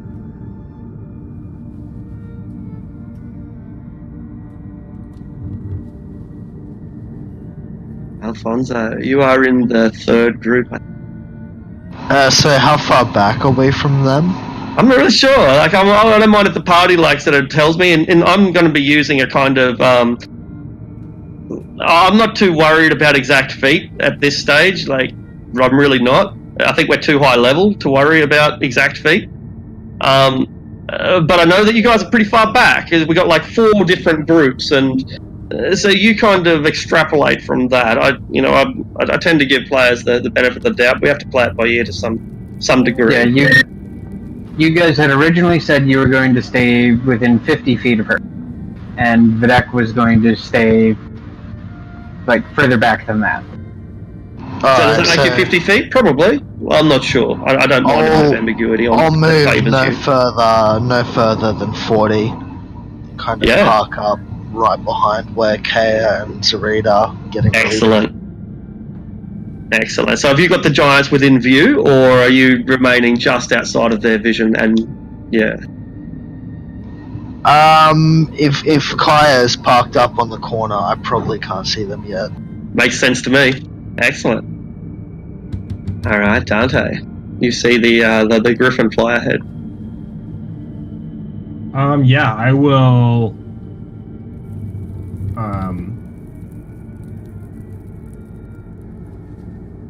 Sneak my way up the ledge. Beautiful. Try to be as quiet as possible. Excellent. So yeah, you can use your hide bonus action, and then use your movement.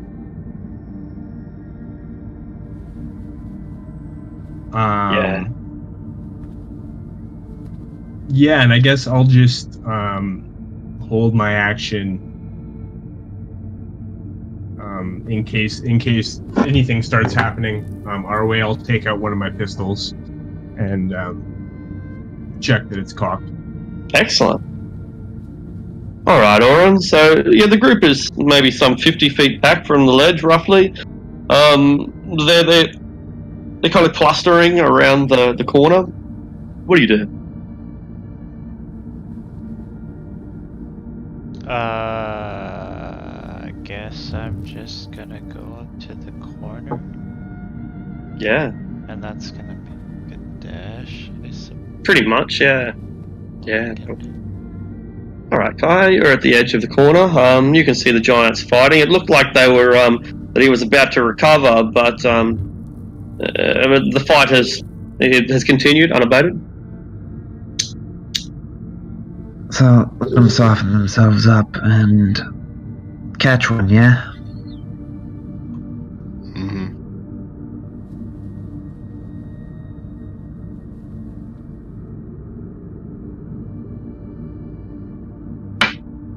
I will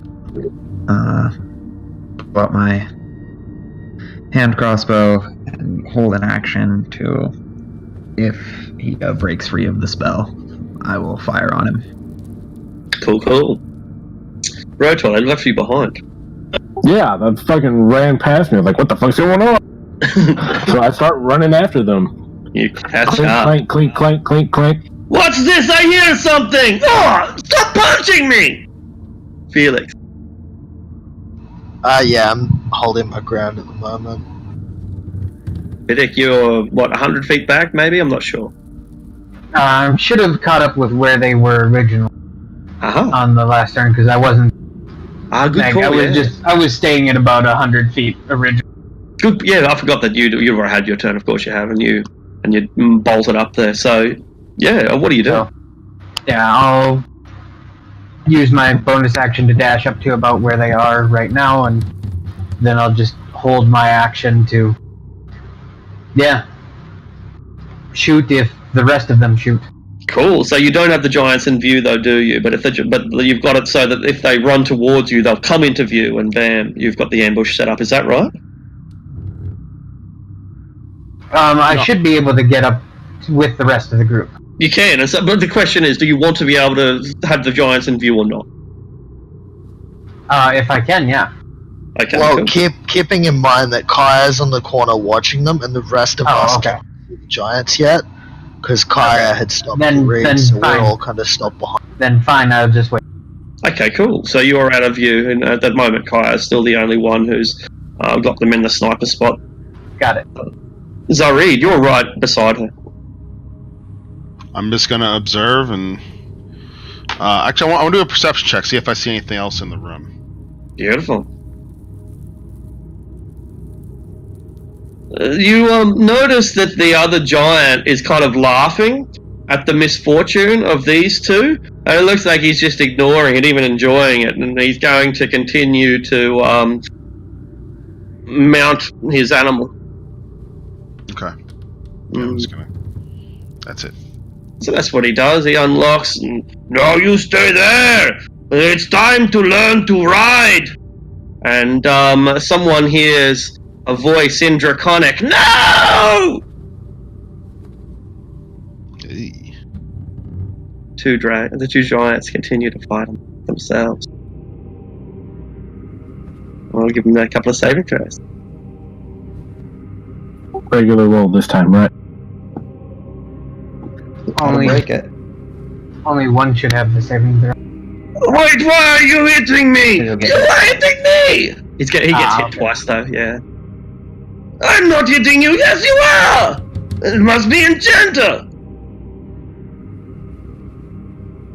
They start looking around for the Enchanter. So, from where we are, we can't see the giants. Can we see any of these caves that have the bars on them? Yeah, you see the caves and you see the bars, but you don't see into them. You might see like a griffin with its claws shaking the cages, or you might see the hoofs of a Pegasus trying to kick through, but you don't actually see the animals. Just brief flashes, like because you're right at the wall level, right? And so if someone sticks their arm out, you'd see them sticking their arm out, but nothing else. Does that make sense? Yeah. Yeah. So how far from us is the nearest one that has before anything else happens? Before anything else happens. Oh, that's right, you were holding your action. Held action goes off. Alright, you were saying, sorry? So how far is the closest one of them that has movement? Like, you said we can see like a griffin's claws, a Pegasus hooves. Yeah. Where's the nearest one we can see? The nearest one that has movement is only 20 feet away, but the nearest one beyond that is like another 40 feet, and then another 40 feet beyond that. So, yeah, 20 feet, and then after that they're in 40-foot intervals. So Alfonso's going to hold the dash action to go towards the nearest one once people start charging out. Okay, cool. Yep, cool. That hand crossbow strike higher is, I've been stung! It's over there! And they point in the fairly obvious direction. Yeah. Oh, it wasped me! Hornet. So yeah, I was just gonna wait till my turn. I was hoping on my last turn that I was able to creep up to the edge. Yeah, you are. You're like 5 feet away from it, or thereabouts. Yeah. Cool. I'm still gonna try to. Is there a place things I can dart among or try to get down to the ground without being seen? Really, no. The whole place is just one big open air. And it's huge, 80 feet high, like this giant cavernous place. And if you walk 200 feet forward, you'll fall off the edge of the world. And looking out there, there's no land. It's just an eternal sky that stretches forever.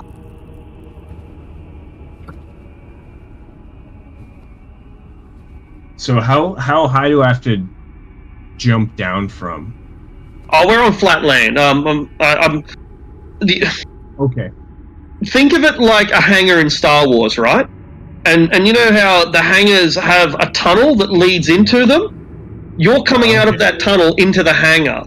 And so if you walk to the edge of the tunnel hangar and jump off, you'll be jumping off into outer space. Like, it's out there forever and ever and amen. But right now we're in the hangar, so it's flat ground. It's open area, big enough to fit a freaking Tarrasque easily. 2 Tarrasques. How far are the closest two from us? The closest guys, I think they were like 40 feet away. They're pretty close. The nearest one might have been 30 feet away, and then the next one right beside him, making him like 60 feet. They're fairly close, yeah. Okay. I'm not too concerned about feet too much. Yeah, I'm really not. Yeah, I'm gonna pop out of the from behind the wall and fire my 2 dueling pistols. Yeah, cool. Into the one that's that Kaya shot with the crossbow, or the other one who's innocent and has been getting attacked by his friend. The one that Kaya shot with crossbow. And, cool. On my first attack, I'm gonna try to hit him with a trip attack as well. Excellent. How do you trip him with a crossbow? Oh, this is with my pistol. I just shoot him. With your pistol. Shoot him in the knee. Beautiful. Smash that kneecap, mafia style. Bam. Devastating.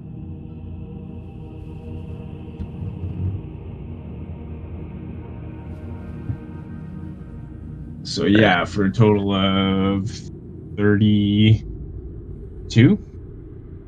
He is crippled as he falls to one knee. Get them now! It's 34. 34. He gets to make a check there. Oh, does he? So put that in.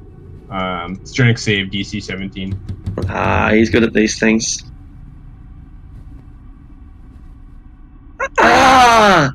It is only small bullet.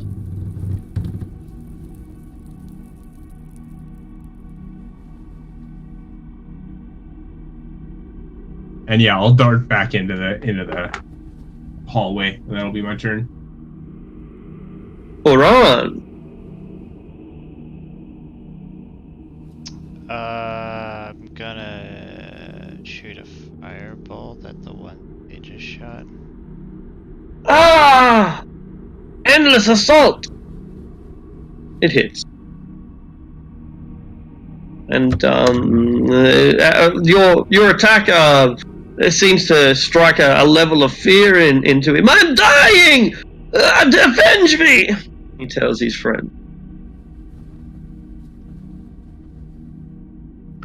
Do these guys have horns? No horn. Okay.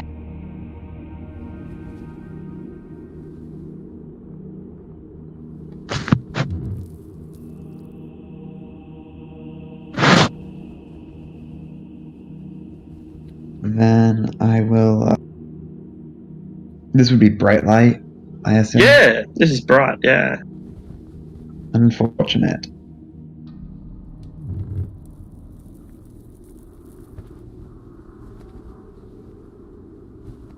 Yeah, I'll just close the distance to one of them, and Alright, so you run out, you emerge from the tunnel, and you're now out into the open hangar, more or less alone.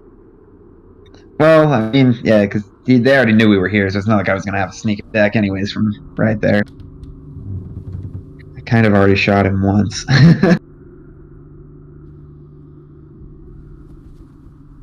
So yeah, I will run out and close the gap.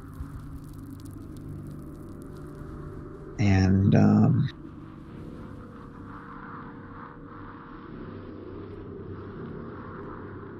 hold my action until Brotor gets here too.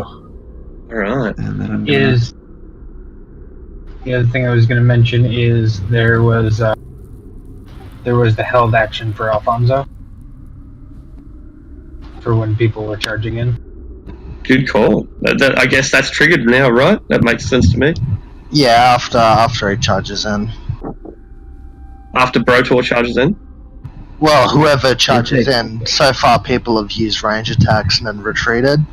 So after someone charges, Kaya just charged in. Yeah. For all intents and purposes, like it looks like cars running in. You can't see where they are, but she runs at them. So I guess that makes it. yeah. So Alfonso will go straight for the closest cage. All right, fly straight over there, and yeah, there's a griffin in there, and it's trying to bite and pull at the cage. It looks confused, but the confusion is quickly abated by its inner rage. All right, Brotor. So I have no idea what any of these giants have said.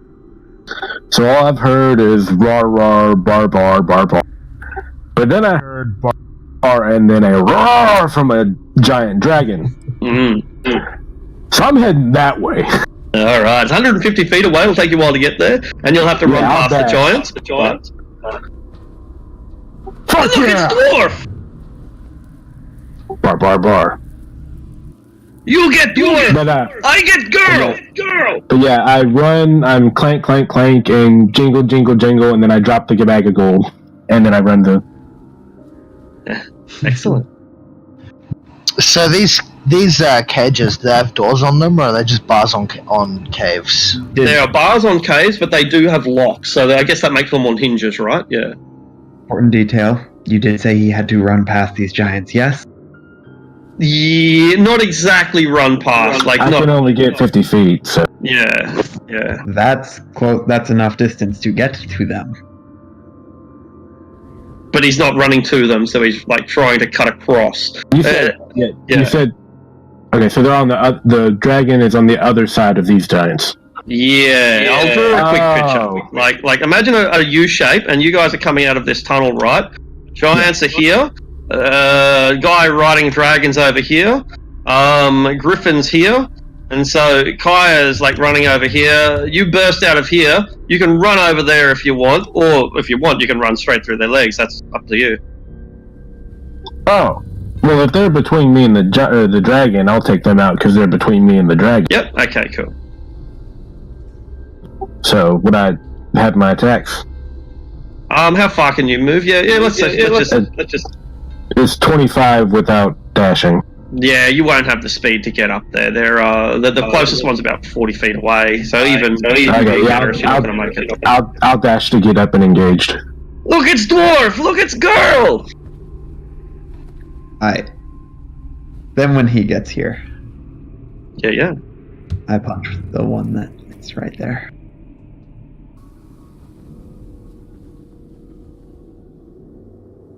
You hit like girl. It is girl, stupid. So when Alfonso reaches this cage, Felix is going to reach and using magic sharpen his fingers into claws and slash at the lock. Primal Savagery. Such a good spell. Wow, that's a lot of damage. Yeah, the block just shatters under the impact. And the griffin is freed. Better get a griffin taken.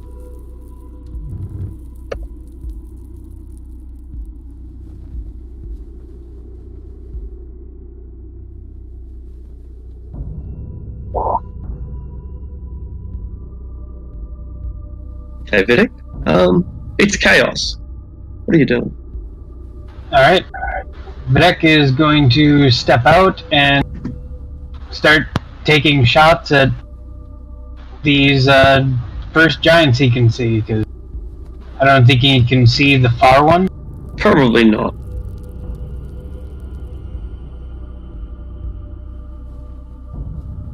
Alright, so first shot is going to be sharpshooter on the closest. Not gonna do it. Yep, going to use my Stalker's Flurry to remake the shot.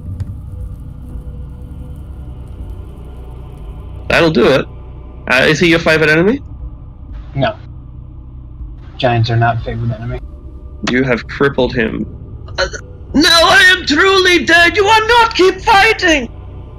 I keep fighting. And then extra attack. I cannot fight anymore.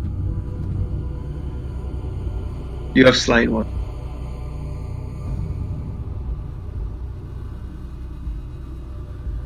Does he start to evaporate like the other one? Duh.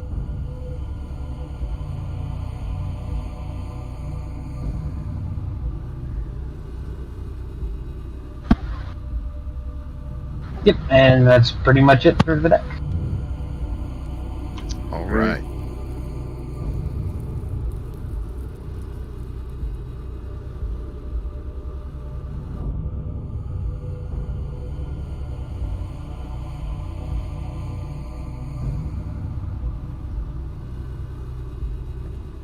Mash. Doesn't like that.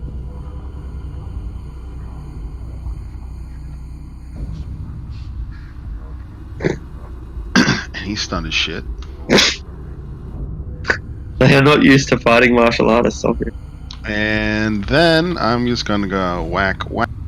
One more with my second attack, and then one more with my bonus action. Excellent. What's that total damage? Absolutely crippling. That was 28, 36 bludgeoning plus 13 psychic. 49. Gosh. Yeah, it's a devastating combination, and he's left reeling and up against the ropes. Your superhero style combo is just smashing this colossal figure, and you bash him against the walls of the hangar, and he shatters the stone behind him. He's just vulnerable. He's vulnerable. God. And he's got a plus 10 con save. What the fuck? I know, right? I failed twice with those con saves. I'm just shaking my head. I can't believe it. The griffin bursts past you, Felix, and it attacks you as it goes past. It makes its beak attack and strings a couple of claws. Do all of those hit? I believe so. All right, it's relentless, and maybe you're taken by surprise. Maybe you thought that it was going to be friendly, but absolutely not. It just rips and tears at you, but then flies past you, so you have an attack of opportunity as it flies past. Does it appear to be leaving, or? Yeah, it's getting the fuck out of here. You were in the way. Get the fuck out of my way. Nah, I'm not gonna attack it. Alright, it makes it halfway to the edge of the platform, and it's soaring straight for that open sky. The remaining cloud giant. What are you doing here? Where are you from? And when no one responds, fine, then just die! Limbo. Understand. I send you back now! This is at Kaya. Does that hit? Wait. Isn't he stunned? Stunned. Oh, he's stunned, isn't he? I forget more often than I remember, I swear. The other one, however, up there in the up there with the dragon, you hear the dragon roar with pain. I will obey! Ah! Those of you who can understand Draconic, and Back to Alfonso. He's going to make for the next cage. Excellent. It's a Pegasus. The Pegasus is frantic, but reasonable. This time, because it's just movement, he's going to hold his action to dash away as soon as Felix smashes the cage, so it doesn't get a chance to attack this time. Cool. So he's moved up there and holds his action to move again. Yeah. No worries. Alright, Dante. This second giant is crippled, vulnerable, and on the ropes. Alrighty, I will try to run up and try to jump up with my rapier and slash at the inner thigh near the artery there. Absolutely. It's quite exposed because he's wearing a skirt and a breastplate, and you slash straight across that thigh and open up the blood, and a mist pours out. I'm gonna roll again, but just keep that piercing. I just forgot the sneak attack damage. Cool. So that would be 27 on that one, and then I'll slash. You did more than 27. It'd be 37. Oh, 37. Or Sorry, 36. Yeah, 36. Cool. And then stab with my dagger. All right. Just not the sneak attack this time, just the 3. Excellent. And he's so vulnerable as you begin climbing up him using your dagger like an ice pick.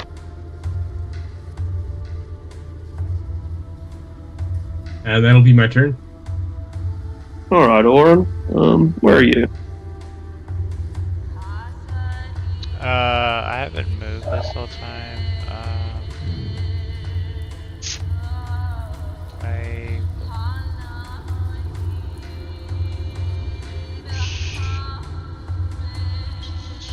I will cast Toll Dead on the closest one. All right. Con save, right? Wisdom. And it should be more than 13. Yeah, probably should be more than 13. What's your intelligence? It's 20. That's +5. And what's our proficiency bonus now? 5. With 20, it should be 18, I think. Yeah, it should be. Yeah. Yeah. Cool. Yeah, it's Cool. 8 plus proficiency plus the spellcasting modifier. The sound reverberates, and it rolls up the corridor, up the 500-foot long corridor, and it also rolls out into the open air, and it soon dissipates in the open air. It doesn't carry very well with all that wind blowing so strongly, but it does echo up the corridor from which you've come, and presumably down the hallway as well.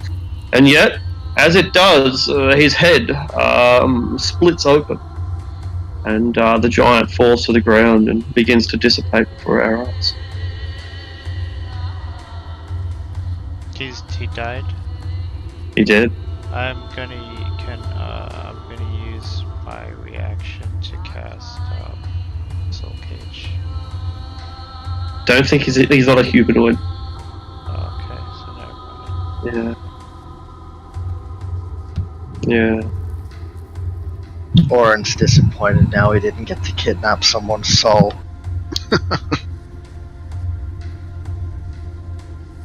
Alright, Kai, you're probably 150 feet away from the mouth of that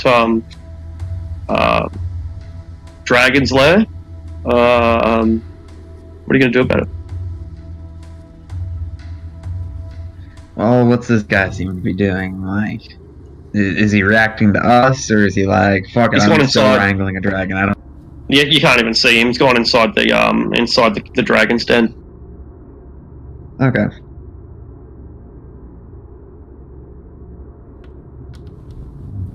Then I will begin running in that direction. Alright. Speed? Make sure we capture this one. He's not let him escape. It'll take you 3 rounds to cover 150 feet, right? 2, because I can dash as a bonus action. Okay, cool. So I can move 90 feet in a round. Alright, so you're about a bit over halfway there. Cool to know.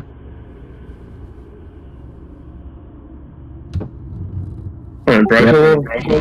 50 feet. Done. You're about a third of the way there. Felix, you're on the back of your griffin. Yeah, we'll smash the door of the next cage, and then Alfonso will use his reaction to get out of the way to the next. The Pegasus seems to give a curtsy. And He's much more grateful than the griffin was. Much more intelligent than the griffin was. Alfonso takes offense at that statement. Alfonso's the exception, not the rule. I mean, Alfonso wasn't the one that got clawed the fuck up by the griffin. I don't hate griffins, I have griffin friends. Oh, God. My best Are friend's these like griffin. bigger than normal griffins and stuff, or are they like normal? Yeah, they're pretty big. Yeah, but they're still large, but they're like a Clydesdale horse compared to a riding horse. Okay. They're like alpha griffins. Yeah. I don't know if the Pegasus would notice, but my Pegasus feather is the clasp for my cloak of protection. Might not notice in the heat of the battle, but might later. Alright. So, question for you. If I dash 60 feet over this direction, sir, can I get an angle into that cage? No, you See can't. the guy? No, you won't be. It won't be until you essentially reach the lip of the cliff that you'd be able to see it. It's very close up to the edge of that apex. This is kind of where the rock face is, and yeah. So essentially, no, you'd have to be more or less in line with it in order to look in. Okay, so I will just use my action to dash. I don't know how far it is to this actual ledge. 150 feet. 150? Yeah. So I should be, because I can dash 120. Or no, I can dash 90. So that's how the entrance goes? Yeah, that's the best representation. So the entrance faces to the south. The entrance faces faces towards the air. They both are trying to pick up the arrow. Okay. There we go. They both open up like that. Everything opens up towards the air. Okay. The idea, it's a hangar, you jump on your spaceship and you fly out. Okay. Never mind then. I will continue dashing in the same direction as the rest of them. Cool. I thought maybe I could get an angle on.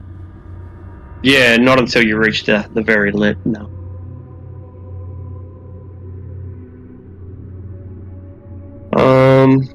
Lost the turn order. Alright, it's me. Sweet. I'm gonna Step of the Wind. It means I can dash as a bonus action for 1 key point. So that will get me 150 feet closer.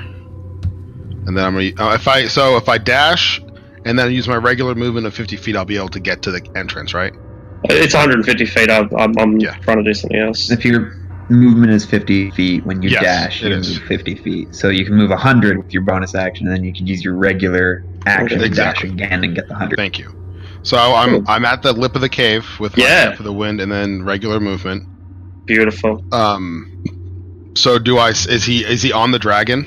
He's inside the cage, so you still have to. There's still a little path inside that he's walked down to get into it.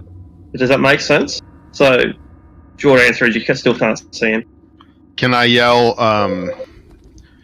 for my action in Draconic? A dragon is not a slave. Ooh, make a persuasion roll with advantage. Good, I need the advantage. Now, do you Do you yell in specific languages, or is it just that everything understands you in whatever language you yell? Everything understands. Yeah, it's kind of like weird. It's like permanent tongue spell.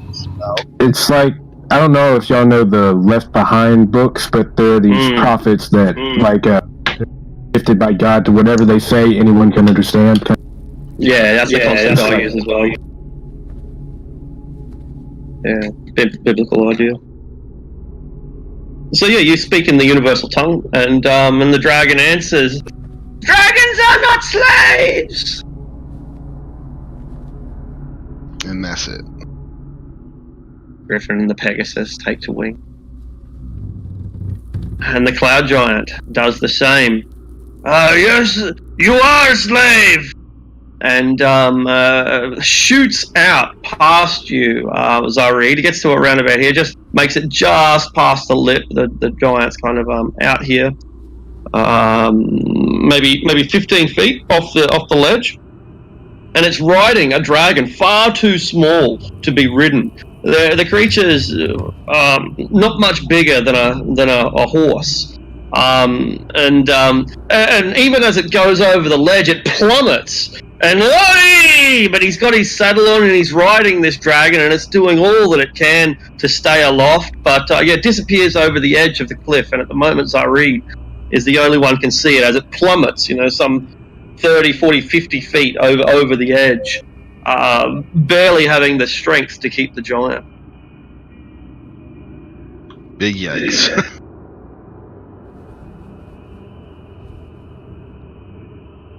Alfonso. Me and Alfonso are going to keep doing the same thing. He'll hold his action to move to the next cage as soon as I smash the lock on this one. Right. Dante. I will double dash for 90 feet to try to get closer to the edge. Excellent. We'll say that you've reached the lip. Okay. Just for simplicity's sake. You can triple. Yeah. Okay, cool. And you look down and you can see this giant barely hanging on, and this dragon barely staying aloft. Like when a child rides a dog, the poor dragon, it can barely take this.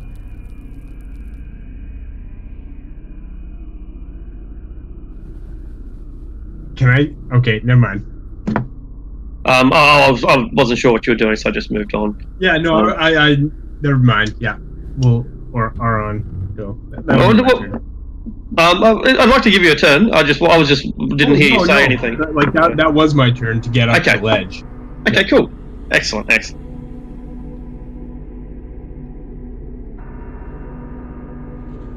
Alright, Oren, so the dragon with its giant rider has disappeared off the edge of the ledge. You saw it shoot out and then plummet over the edge again. And disappear from view. How far am I? Close enough that you can reach it by dashing up. I'm not too worried about distance. I'd much rather have action than rules. Okay, I'll just dash then to the ledge. Yeah, no worries. Dash up to the ledge, you can see it. It just disappears out into the distance, some eternal vastness with nothing but clouds. You can't possibly see the ground from here.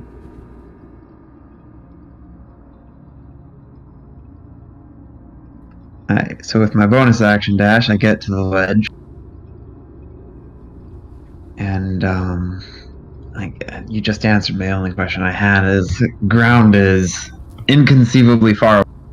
You cannot see it, no. You get your eyes on minute seeing if you want to have any chance.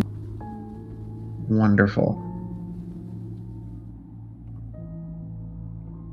I don't feel like fucking...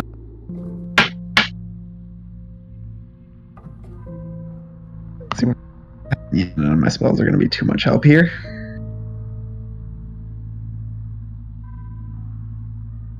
So I'm just gonna fucking run and leap off at this guy. Alright, no worries. Basically try to grab him and basically use my momentum to help just fucking pull us both off of the dragon. Alright, it can only be an acrobatics check. Athletics? Ooh, acrobatics. Like this is parachuting. Beautiful, and you sail down there like a flying squirrel, crashing into him and landing on his back. He instinctively tries to shake you off. Make your grapple check, oppose strength checks, oppose athletics, I guess. 5. And you're hanging on. What part of his body are you hanging on to? Well, I wasn't really trying to like snatch on and like stay there. Uh-huh. You just want It's more trying to just fucking be a blunt force object that knocks him off. Oh, beautiful. Flying drop kick. We're both falling. And the dragon can't possibly sustain you both, and so with a desperate maneuver, it shrugs the poorly attached saddle, and the entire saddle just slips straight off the creature's back, and you, the giant, and the saddle all plummet down into the eternity below. Whee!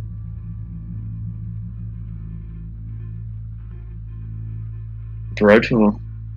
You see her leap off the cliff, and when you make it up to the edge, there's nowhere to go. What color is the dragon? White. Good question. Oh, I don't see Kai. You see her on top of a giant or near a giant. It looks like neither of them have parachutes. Neither do I. Fuck. What's the dragon doing after being freed from the saddle? Celebrating, trying to get away from them so they don't grab its tail.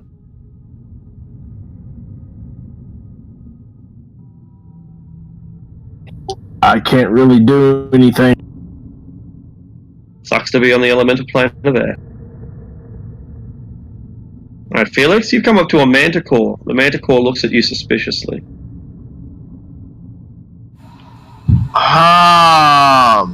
Manticore. What are you waiting for? Free me! Nah, fuck it. It goes against my morals to allow anyone to remain caged. Oops. Except he's a real cunt. You smash at the lock, but I suppose it's an automatic hit. Just roll for damage. Just a But you nail. don't break through it anyway. Yeah. And hurry! You fool! You are so incompetent! Hurry! Our life is worth 10 of yours.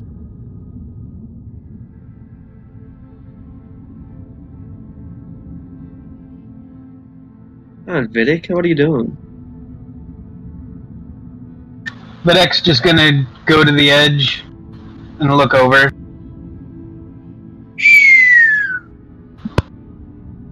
Be ready to grab the idiot when she brings him up. Huh? Be ready to grab the idiot when she brings him up. Oh! The giant. Zarid, you're right there at the lip already. Brotor and the rest of them can't be more than 20 feet away from you. This is why we bought those potions, remember? I don't have one. Or do I? Neither do I. No, but she does. Yeah. I'm just gonna watch. I'm gonna keep my eye on that dragon. Excellent. You watch as the dragon attempts to fly away. You watch as Kaya starts ruffling through her bag. And you watch as the cloud giant turns to mist.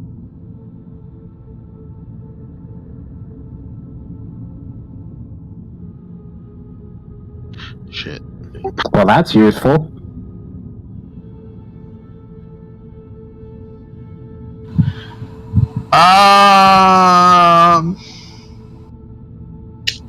This Manticore is incredibly rude, so we'll come back and get him after everything else. So Alfonso will move over to the next cage. Traitor! A curse on your house! A pox on your mother! What's in the next one? The next one is a hippogriff. Hippogriff looks confused and agitated. Kind of scared. It's backed up against the corner. Alfonso will attack the cage on this one since Felix wasn't able to break the last one. Get it together. Get it together, man. Yeah, roll for damage. It's an automatic hit. Oh, just barely enough to break through. But when you do, the hippogriff remains perched like right up the back. It's not going anywhere. Alfonso's pride is stoked. Yeah, you know who's king here.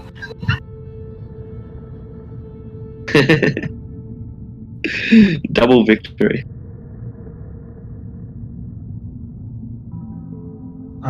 So yeah, you see Dante. He's sort of looking over this scene. Yeah, and I think as he does so, he like takes a look at the cloak he has, the new cloak he has on, the eagle feather cloak, and you hear him say to himself, "I wonder," and then he just jumps off the edge. Oh God! Did he attune to it? I just like take my arms out and I'm like, cloak activate. As I hold my arms out as I jump off this the edge of this. You spread your wings, and as you leap out, who was the one who cast Detect Magic? I did some time ago. So you look over at Dante, and you look at it, and you see his non-glowing cloak flapping in the wind as he leaps off and begins approaching terminal velocity.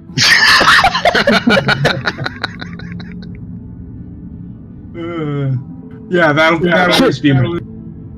He hits the bag. That's fantastic. All right. I really liked him. How far is the drop? The eternity. Infinity? Yeah. And how far is Dante away from me since he's jumped? I think 200 feet is how fast you fall in D&D. It's 500 feet per round. There you go. It's a long fucking way. And then Kaya and the Giant are just as far down. Like, these guys are just disappearing before your eyes. I'm going to try to... I'm going to jump off the cliff. Mm-hmm. Kind of like make myself in the shape of like a bullet, like I don't know what it's called. Just put my hands to the side and try to catch up to Dante. Sure. Make an Arcana check. See how well you understand the concept of physics. Yeah, you understand it perfectly, and you plummet down. You go faster than the other guys, belting down. And what do you want to be, below them, at the same level, just above? Where do you want to be? I want to basically catch up to Dante and grab him. Hey Dante, you're being grabbed by like this is kind of weird and kind of predictable that as you are falling in through eternity to your certain doom, you're getting felt up by Auron. This is, there's something predictable about this. The minute I get in his reach, I will cast fly on both of us. Beautiful. Oh, because you've got that dual spell, right? I just cast it at at a high level. Yeah, and I think as like this whole time I've been yelling like, activate cloak, magic cloak, go, and so like as he casts fly on me, I say abracadabra fly.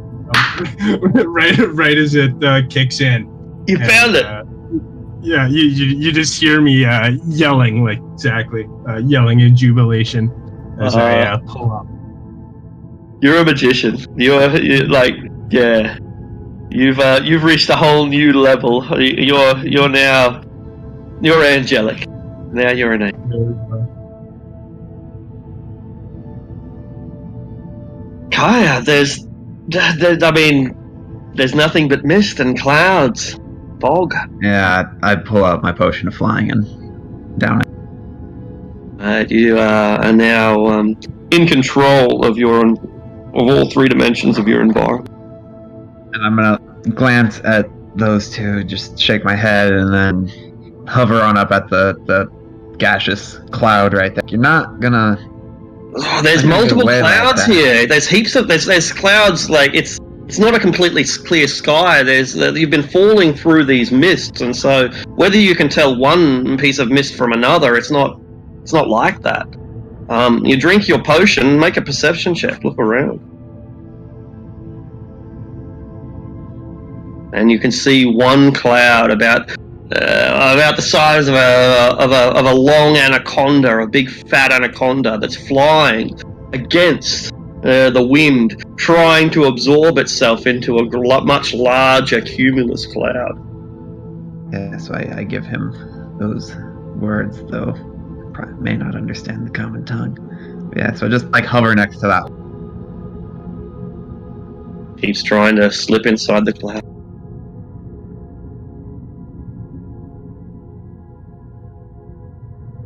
Felix, you're at the hippogriff, right? Yeah. Yeah, we've already got that cage open, so I'm just waiting to move on to the next one. Cool. Alright, Vidic, do we have this in... What do you think? Do we have this under our belt or not? I mean, can't see the guy. They all appear to be flying and safe. So, yeah, I suppose he'll go. You said that all the other creatures other than the hippogriff he's freed so far have flown. Yeah, that's right. Yeah. All right. So yeah, he'll go and start. He'll go to the other side and start freeing creatures. Okay, cool. Zari. Are there any cages near me? Yeah, you can find some going back the other way. Yeah, I want to go to the nearest cage. I want to peek and see what's inside of it. A Pegasus. Pegasus. I want to talk to the Pegasus. What language? All languages, of course. Yeah. We aim to destroy your captors, but I may need your help. Will you help me? She nods. Blast open the cage. She takes a step back, and she's clearly kind of apprehensive. Can I trust you? She said. Absolutely. I suppose I have no choice. You cannot be worse than my captors anyway. I permit you to ride me, if this is what you wish. I just bow. Respect. She curtsies.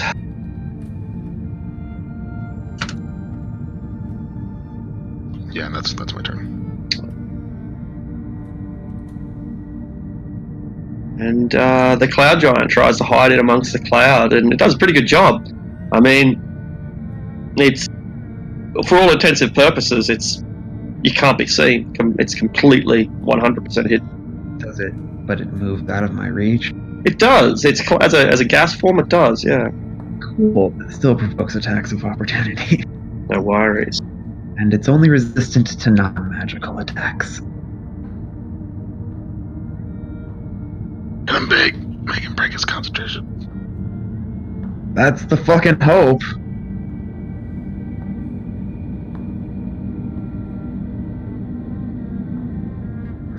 Turn off all my modifiers. I'm not sneak attacking or anything.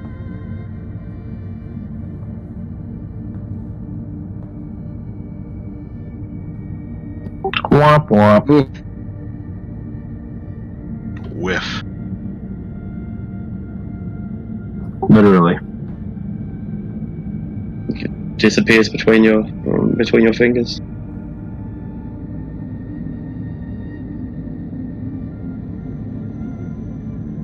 And loses itself inside a vast cumulonimbus cloud. It is worth noting it has a speed of 10. It is.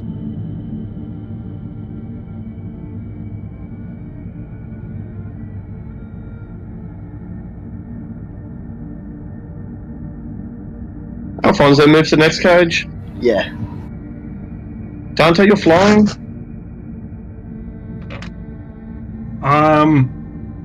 Yeah, I guess I'll just fly as fast as I can towards. I guess I'll double dash and try to get as close as I can to Kaya and the giant. All right, so you're both like you're kind of staking out this cloud, you're surrounding it from multiple angles and just waiting for the bandit to come out of his cloud bush. Yeah, and I'll hold my. I guess as I'm doing this, I'm reloading my pistols. And that'll be my turn. You were also flying.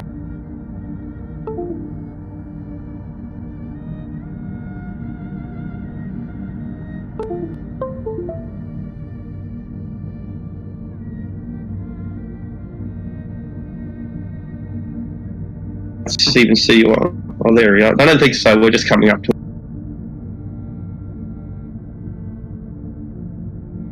it. Hello? You might have. Hello? Like, do you want to jump off too? No, I was just going to open cages, but... Cool. I don't think we do. It's or no.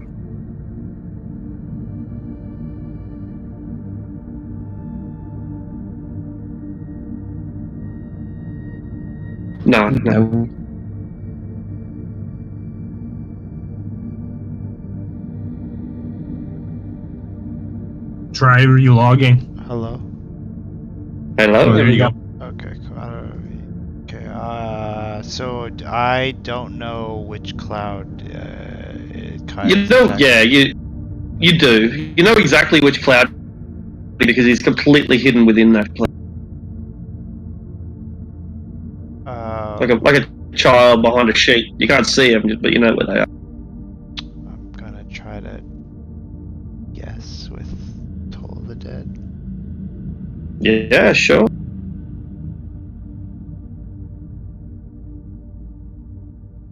Let's see. There he is.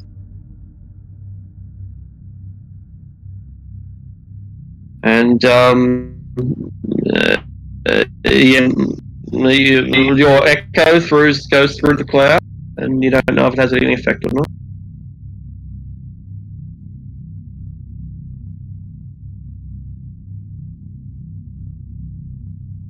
Kaya.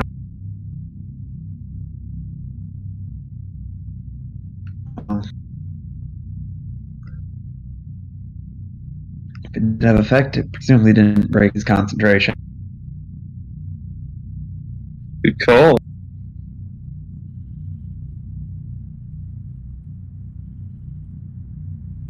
Apparently not.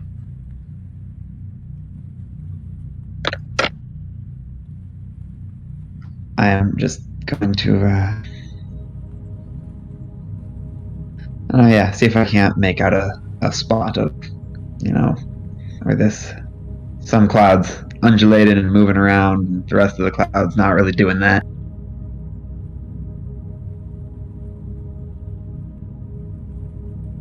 Alright. Take a perception check, I guess. Yeah, go ahead. This be my action or bonus action? Yeah, an action if you want to actually look around. Yeah. Right. Okay, cool. Yeah, 21. Beautiful. That dragon is sticking around. It's looking like it's keeping a healthy distance of about 200 feet away, but it wants to watch to see what's going on. The other creatures in the sky are they're kind of doing similar things. They're getting as far away as they can, but they're also interested, and they keep looking over their shoulders to see what's going on. Apart from that, there's no other creatures out here. As for where the giant might be, it's virtually impossible to tell.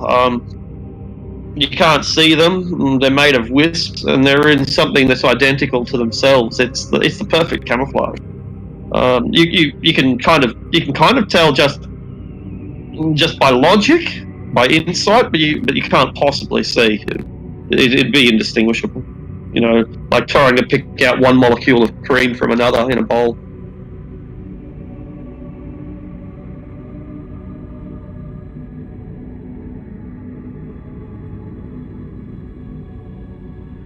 Yes, I will. Yeah, just repeat, I guess this time using Primordial.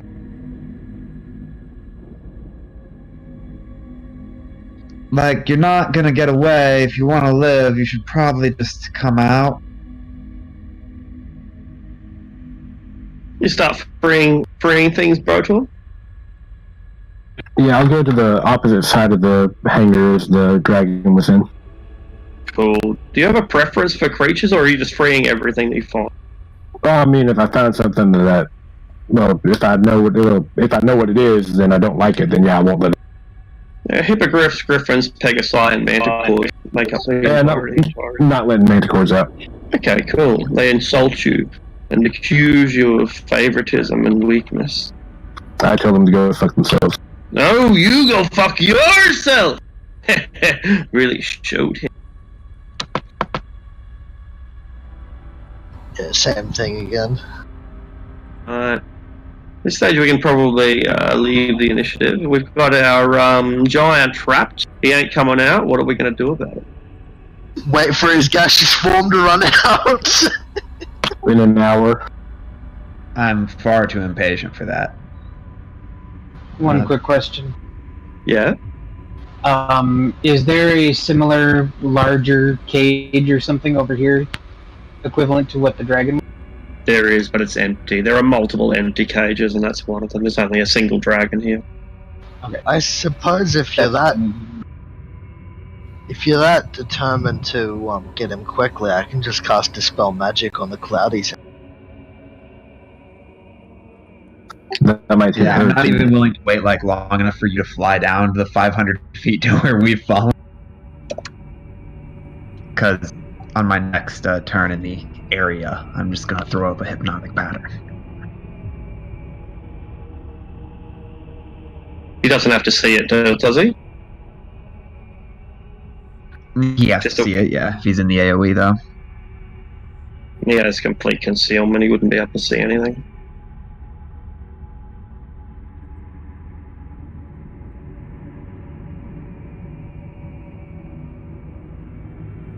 As in, so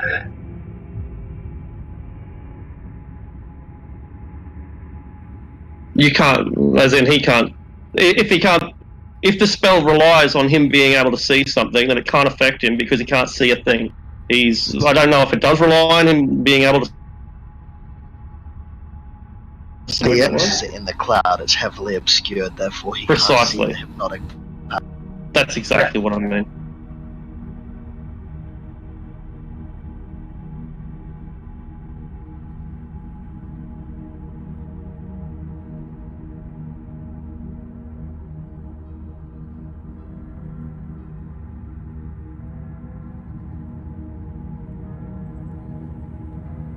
just keep waiting then. We wait an hour? I'm gonna just... I'll cast a spell, magic. You have to be able to see it, right? No. No? Like creature, object, or magical effect within range. Beautiful. Magical effect can gaseous. And if gaseous form's a 3rd level spell, which means it's automatically dispelled, that's all correct, right? Yep. The giant begins to plummet. Ah!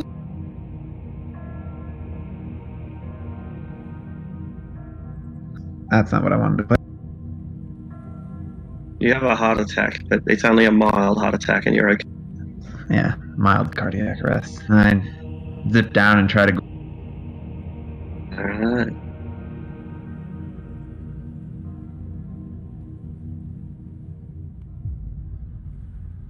Sure, athletics roll. I win. You do. And he casts Featherfall on himself, and the descent becomes much more gentle, and you start wrestling in midair, but you've got him. He's not getting away from this. So it's like a firm grip on him. I'm just gonna start like dragging him back upwards. You have captured a cloud giant.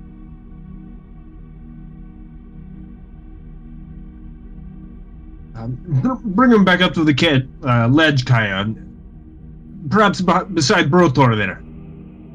Oh no, I was just gonna keep fucking playing with him out here. It's fucking. Well, I don't know. I'm just trying to give some direction. Put him where you want him.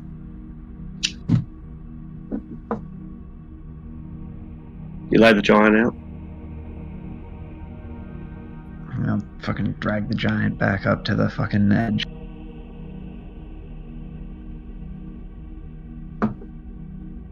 Throw him on there in front of everyone. Zarid, what does this giant have to say?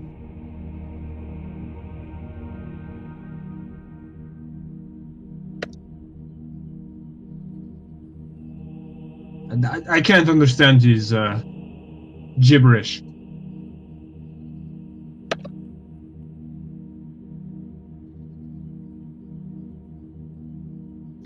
Elliot, Zari.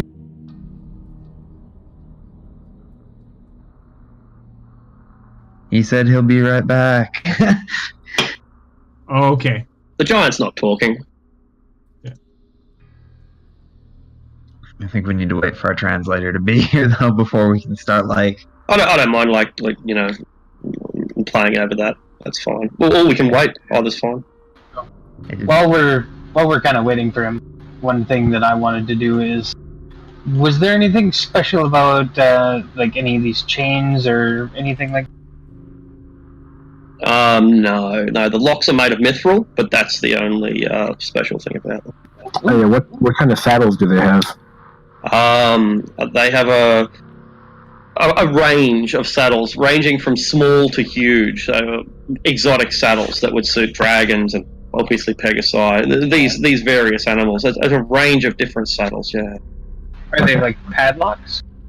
They are padlocks. That's correct. Sweet. I'll grab a couple of those. Yeah, no worries. I mean, there's 20 of them here. You can take as many as you want. Did I miss something?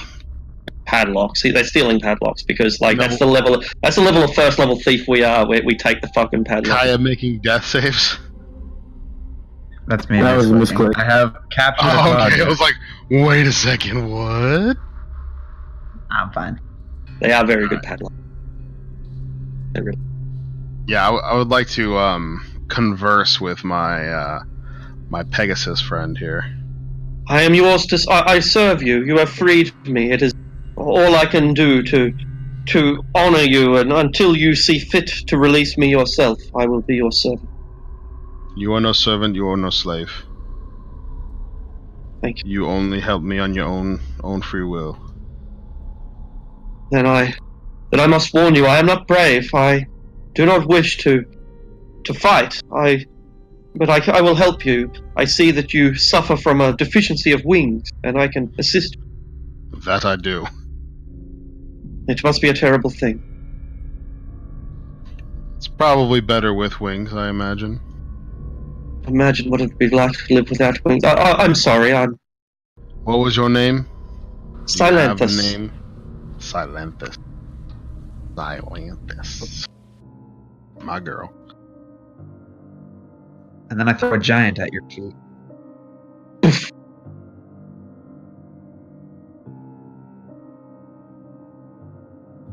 Have you seen the castle, Silenthus? We are in the castle here. If you wish, I will take you out and you can get a better view. Well, let's not get ahead of ourselves here. We aim to depose the usurper. Ask her where Anduza is. Have you seen the usurper Anduza? I have heard of him, but I have never seen him, no.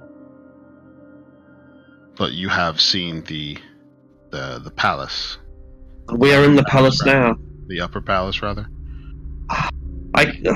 Yes, but I cannot tell one part from another. I do not know which is important, nor how to get there. I have heard of an endless hall, and that hall leads to the garden, but I have not seen such a garden. Okay.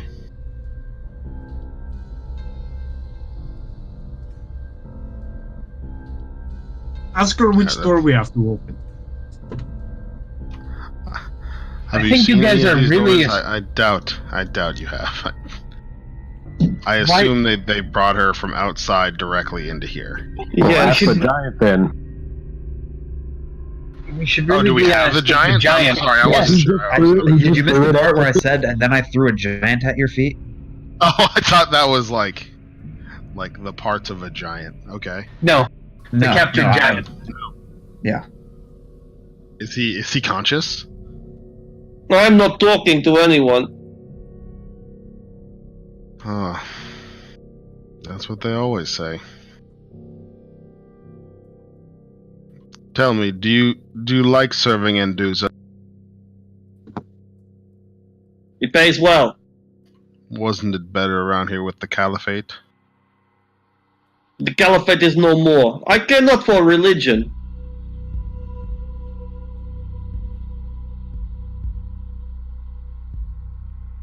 I don't know what you guys want me to ask him. Tell him we'll sick the dwarf on him if he doesn't start talking. Brotor, look tough, look tough. Yeah. What do you mean? I I'm always gonna look start tough. breaking things until he tells us what we want to know. As she begins digging in her bag and pulls out a fucking sledgehammer. My friend, this is only gonna get worse if you don't tell us what we want to know. I have no fear. I'm gonna break his wrist. Ah.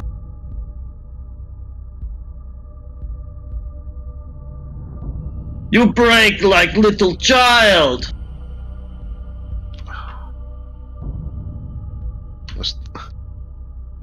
Kaya, I don't really like. I'm not into torture.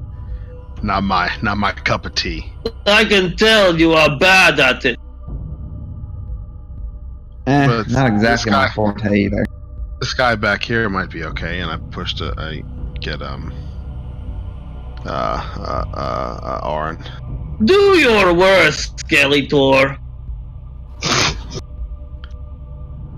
You may regret that. I'm gonna go up to his face and I'm just going to slam my hand into his eye socket. Try to punch his eye out. His eye pops and he squeals. Ah! You monster! Tell him I'll take the other eye if he doesn't start talking. Your balls and necks if you don't tell us. You take my balls! I don't care!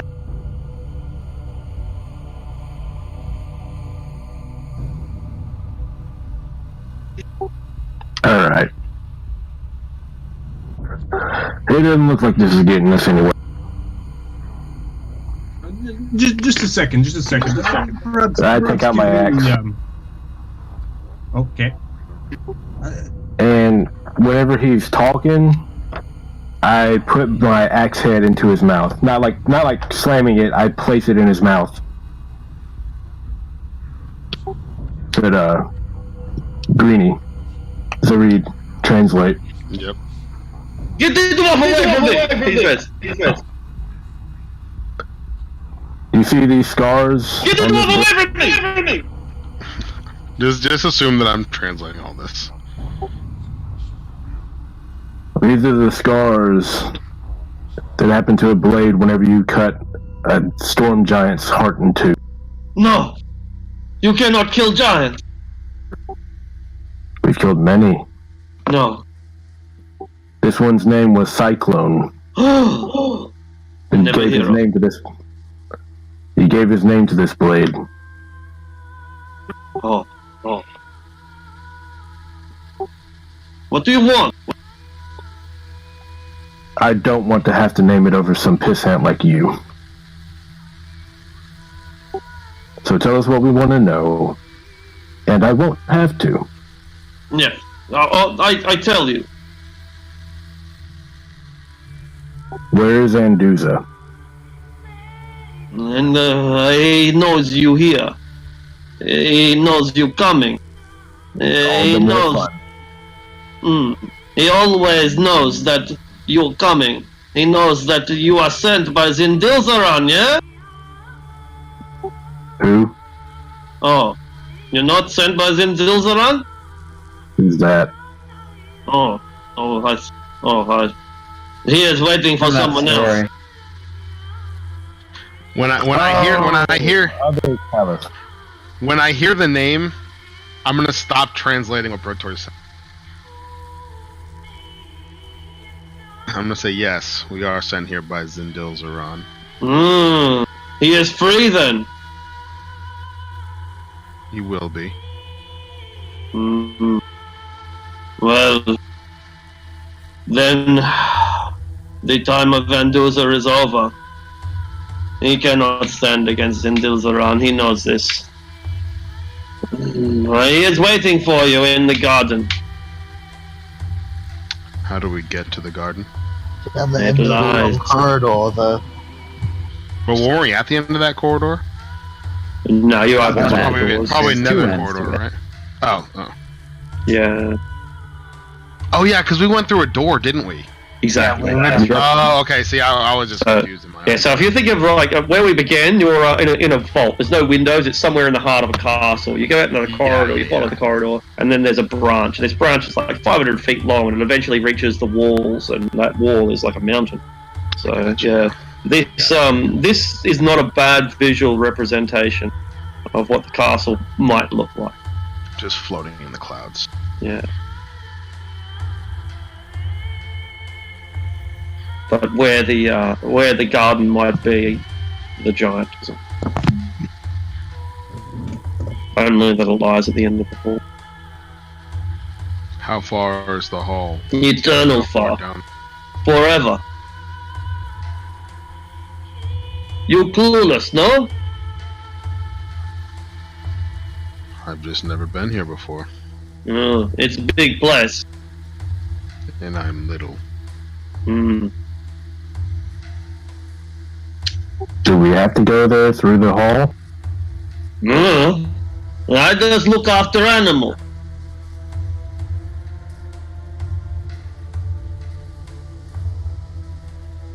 I'm trying to think of what else we could ask him. What about the Khalifa, whatever her name was? Very beautiful, no? Where is she? I want to see her dance. She has room. She has room behind the door. He shrugged shoulders.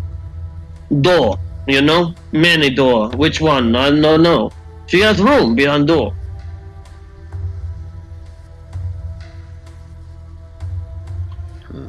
Anybody else have any ideas as to what we could ask him? How we leave once we've dealt with this guy? I thought we just like snap our fingers and leave. Don't we have plane shift? We don't have the fork needed to get back. Seems like a distinct oversight on your part then. Well, do we really not have that? Do you really not have way home? I mean, we can plane shift. I'm not translating all this stuff. We can plane shift back to the material plane, but not to Sigil. We don't have a fork for Sigil. Okay, yeah, we could get. Should probably have gotten that then. Well, I suggested it. Someone's like portals. Oh, did you Well, suggest just try it? the mirror we came in through. Yeah, I said I don't have a fork. How are we gonna blend shit back? It's like, oh, there'll be a way back. Huh. Figuring out as I go is usually the what's worked thus far. This Earth is just like, man, this is what I get for working with Clueless. Like shit. I mean, I told them, I said so many times, it's not about getting there, it's about getting back. How many times did I say that? You're thinking this in your head. How many times did I say that? Legitimately what the real human me is thinking. Huh, okay.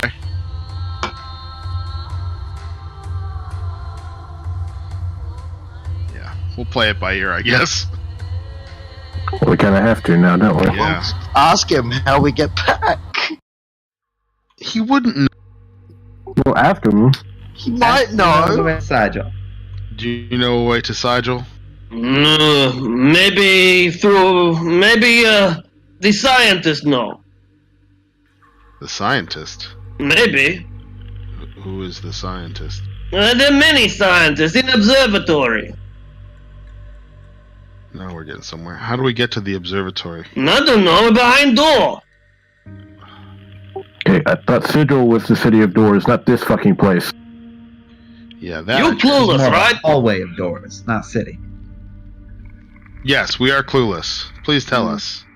I can tell you clueless. You open door, what is there? I don't know. I don't open door before. You open it, you see. Huh? How did you get here? Clearly he's not worth keeping around. I have Yeah. barracks. There is Most barracks. I stay in barracks when I am not at work here, you know? Where do I find barracks? Can you guess? Alright, out of the... Yeah, you're catching on. You're smarter than the rest of them. Are the dragon, the griffin, and the Pegasus that were flying outside coming? They're observing from a distance at somewhere between 200 and 1,000 feet. They're all too curious and intelligent to fly away, but they're also too afraid to, be within easy reach. Is this guy fucked up? Did you guys like jack him up, or is he just? We just popped his fucking eyeball. That's pretty gross. No, Yeah, like is he pretty close to fucked up. death? Should we just kill him? He's not that close. No, he's. I'll go up to the edge of the hangar and I'll wave them back. The dragon doesn't come, but the Pegasus does. Make an animal handling check. Oh, fuck. Oh wait, I don't think I'm proficient in this. Cool. Yes, I am. The griffins also come back. They're loyal creatures, and they've got a long relationship with the dwarves. So the Pegasi and the griffins come back. The hippogriffs are pretty much too skittish, and the dragon is, too selfish. Yes.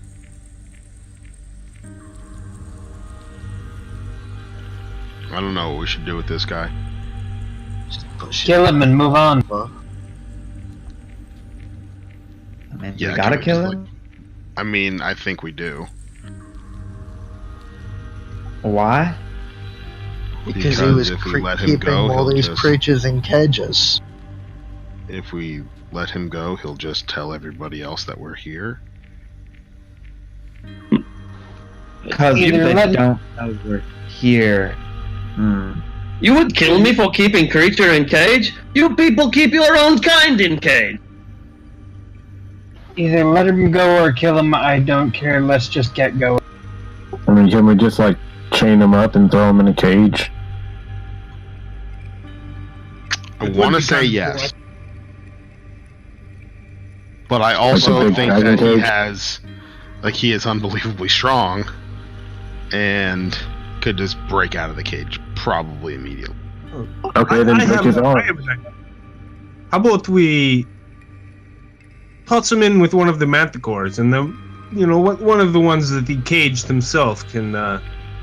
We can see how the manticore feels about it. And, if the manticore is willing to forgive him for his crimes, then so be it. But the blood is not on our hands. I don't know about how I feel about letting those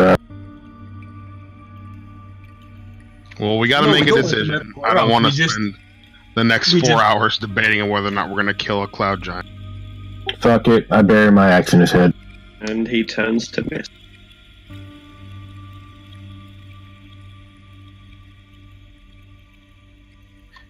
He's not here anymore, so... Good. Decision made. Let's get going. Correct. Exactly.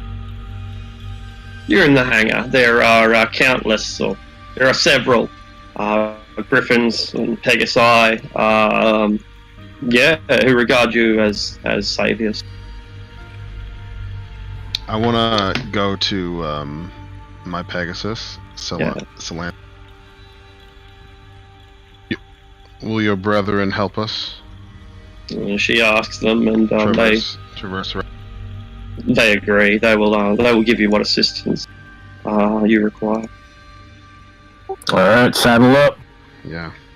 What? I was gonna say, I mean, we've got two options here. We can either go down the really long corridor to the garden, or we can fly around to the garden from the exterior. That's what Or we could just fly down the hallway really fast. I've got my cloak, so I don't need any griffin or anything. The cloak is. Oh my god. I cast a spell fly on you to save your life.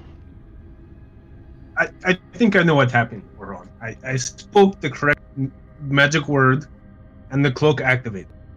Okay, then say it again and fly right now. Abracadabra fly. No, it's already activated. I just need to extend my arms and fly. And then fly.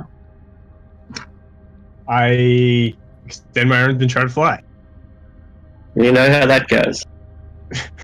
Well, hang on. Has the spell ended? Yeah. If Oren drops concentration. If it's only 10 minutes, then yeah. If it's an hour, then it's only 10 minutes. Yeah. You know what that? It must be the pronunciation. I'm not enunciating it right. I'm certain what happened. Well. So the griffins and the pegasi let you mount them, if that's what you want to do. Yes. Are there like saddles and stuff that would be plenty work for us, or Yep. From small to huge. Okay, yeah. I'm gonna ask permission to put a saddle on my Pegasus. You already have my permission, but thank you again. And I just nod everybody to saddle up. Okay, I'll saddle up until I figure out this quote. Yeah, I'll saddle up a Pegasus. Excellent. Yeah, so select what creature, probably Pegasus or Griffin, but if you really want, you can take a Hippogriff or a Manticore. And those of you who want to take to the sky. Yeah, Vidak will definitely take a Pegasus. It's too appropriate, not. Beautiful. And so, you're soaring among the sky, through the clouds, over the impossibly distant ground, if there is any ground at all. You can see flying mountains in the distance. You can see much smaller creatures like flocks of eagles and of falcons, starlings flying through the sky, albatross. And then this tremendously large castle, phenomenally large, bigger than anything any of you have ever conceived, let alone seen. And there are so many turrets and spires and bridges and wings and windows and gates that it might take you 100 years to look through them all. When we fly out beyond the precipice of the little thing we go, where on the castle are we? We at the bottom? We at the middle? Somewhere near the bottom. If you imagine the castle being built out of mountain, you're kind of emerging from the mountain part rather than sort of. It's a very complex structure. and you are somewhere near the lower. We're just like closer to the bottom than we are to the top. That's right. Yeah, in an infinite distance, you're a little bit closer to the bottom.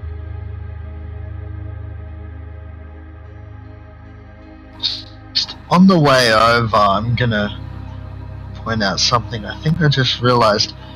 I mean, I might be wrong here, and there's completely opposite direction of what you're meant to think, but so these cloud giants are turning to like clouds when we kill them. Yeah. What if what if we tried to bottle the clouds? Could that possibly be what the heart of a cloud from the Eternity Quest? Oh, that was my plan, but I was gonna go for this Enduza guy. Oh yeah. I'm just saying. I mean, that could be. Yeah, I wasn't even thinking about that. That sounds That's been my plan the whole time, is bottle up Enduza, and it's probably a good enough heart. Yes, I think you're correct, sir. You really don't need to call me sir. I wasn't talking to you. Zing. Yeah, so I guess we'll just like fly upwards. Beautiful.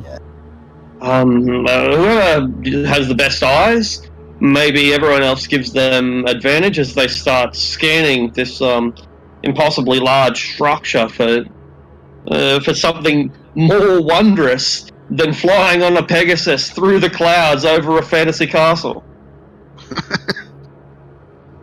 Felix. Beautiful. Alright. So you see a wing, an entire spire, and somewhere near the top, that has its entire roof and floor and outer walls that are made entirely of glass. And within that glass dome, do you know what an orrery is? Like a model of the planets, the cosmos, all spinning, like some mechanical clockwork, majestic wonder.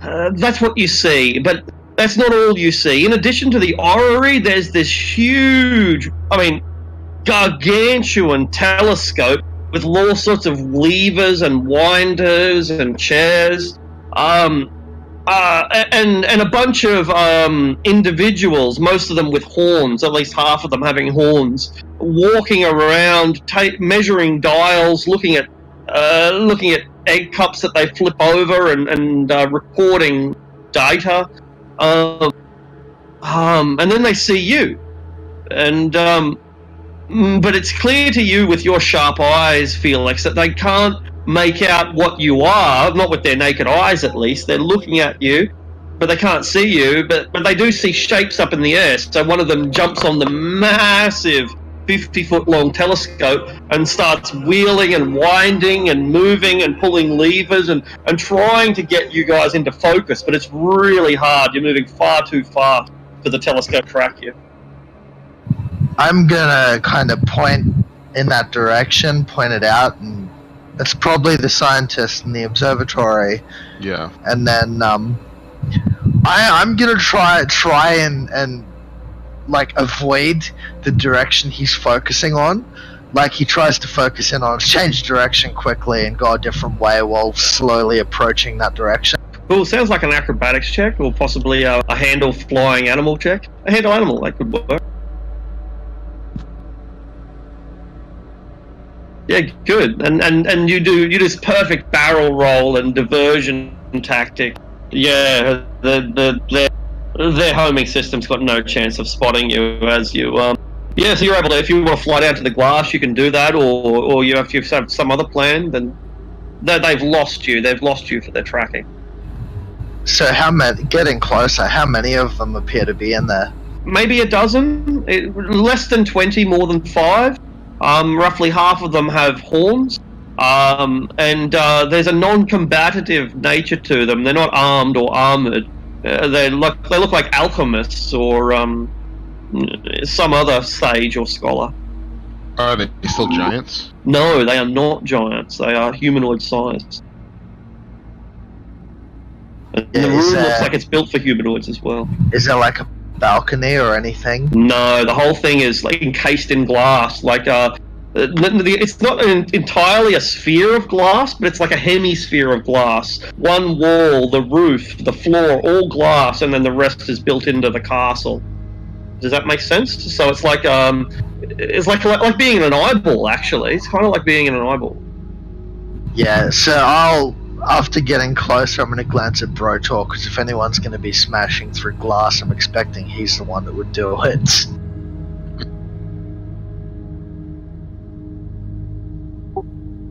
What? Oh, you want me to go through? I mean, you can if you want to. Are there no other openings? It's like a snow globe. No, it's like a hemisphere of glass on a room. Yeah, that's what it is.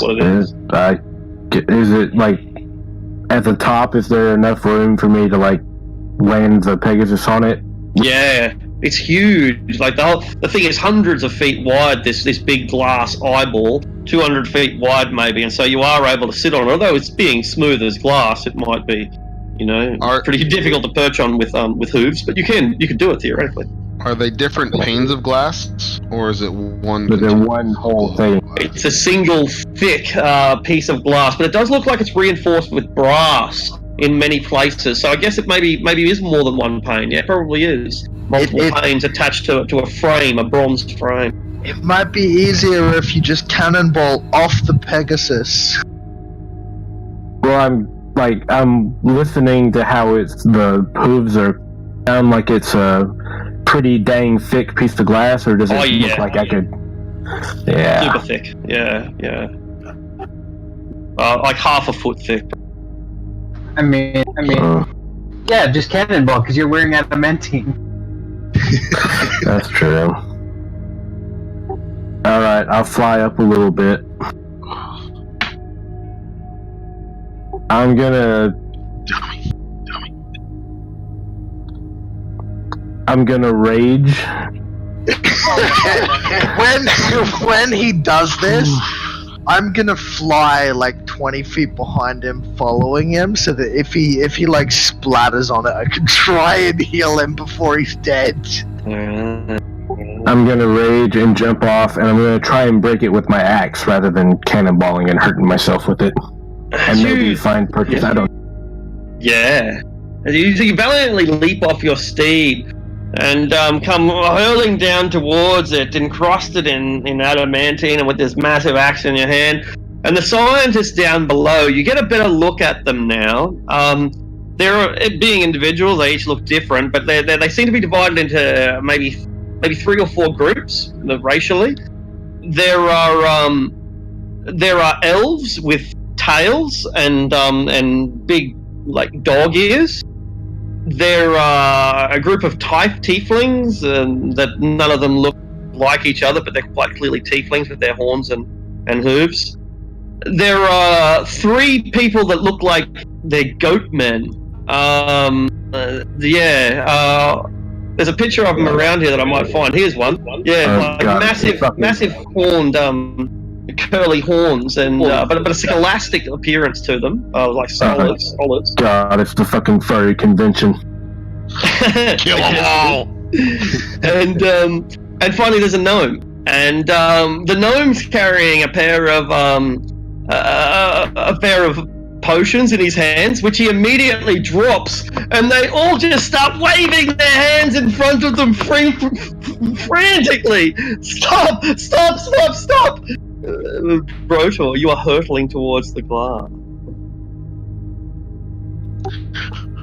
Too late now. I'm raging, and I'm gonna recklessly attack the grass when I land on it. Smash! Oh man. Do you have any way of preventing fall damage? Rage. Is that fall or is it bludgeoning? No, it's falling damage as you fall 60 feet. Like you jump off your Pegasus, smash straight through the glass, and then crash into the floor below. Okay. Well, So now- falling is bludgeoning. It is. Okay, so it is reduced. So it is. It's absolutely reduced. We're all just So- watching this from a distance, like, oh shit, he's actually gonna. Oh my god. The scientists panic and they all run and hide. Rounded down to 9, right? That's right. Zara's like, oh shit, like you're kind of surprised. None of the rest of them are. They're like, they knew Brotor was going to do this. You're like, wow, he really did it, eh? Yeah, wow. So yeah, I kind of picked myself up off the ground like, oh fuck. Last everything. Alright, I'm not here to hurt anyone, I just needed to land. Well, Can I observe the glass? that way. Is the glass continuing to crack? Not really, no. It's there's one, say, 20 foot by 20 foot pane which is utterly smashed, and there's maybe 5 times as much as that which is cracked beyond repair. But this is a huge hemisphere of glass, and so a good 80% of it is completely unharmed. Okay, so it's not like gonna just cave in and crush us all. Doesn't look like it, no. More kind of like when you shoot a bullet through a windscreen. That's Okay, perfect. So I made a little bullet hole for y'all. Yeah, did the cannonballing dwarf make a hole large enough for us to slip through? yeah, it's about I'm a 20 feet dwarf. wide. Yeah, so it's big enough even for the griffins to tap their wings in and get. Yeah, well, I'll go. I start waving people in like an air traffic controller. One of the tiefling males starts screaming, and the shorter tiefling female just slaps him across the face. We're not here to hurt you. God damn it, that hurt. Oh, we weren't expecting visitors, says the gnome. I wasn't expecting such an abrupt visit. Oh, Professor Gizelmir, who are you? Brotor Fireforge. Fireforge, from the elemental plane of fire? No, I'm from Faerun. Yeah. Oh, I've heard of it. Says one of the guys with the deer horns. On the world of Toril. Yeah, that one. Oh, the world of Toril! Yes, I enjoy studying the world of Toril, says one of the other horned ones. Yes, allow me! And he tries to trot over towards the telescope, but he's mindful of you, and if you so much as flinch at him, he'll probably run back into the corner. Nah. And he goes over to the massive chronoscope, this huge telescope, 50 feet long, brass levers and flywheels everywhere, and he starts moving those wheels and bringing it into focus and adjusting it, and I can't seem to get it into focus, but he's trying. And by now the party's all hovering up there. You can come down through the hole. Yeah, I land. Yeah, sorry about the hole in the roof. So what the chronoscope, the telescope, is built at the center of several concentric stone dials. Does everyone know what an Aztec calendar looks like? Yep. It's like a circle. It's like a circle and a circle and a circle and a circle. Yeah. And when you move one circle, the other ones move as well at a different pace due to, some cogs being bigger than the others. And it's meant to represent days and then, months and years and eons and so on. And that's what this is. It's like this huge calendar that is made up of a series of interlocking cog wheels. And the scientists get down and they push them and they move them and they go backwards and forwards, and the guy up on the chronoscope, he does the fine tuning and adjusting it, but no, they can't bring it into focus. Sorry, I was looking at Toril only a week ago. Yes. I was studying the Netherese Empire. Oh, fascinating! Absolutely fascinating. All right, well, the Netherese. Hey. It's a chronoscope. The gnome explains. It can see through space and time. What? Hey. All you have to do is know where and when you want to look at, or pick a place, a time, an event, and with enough practice, you can see anything in the past or even the future.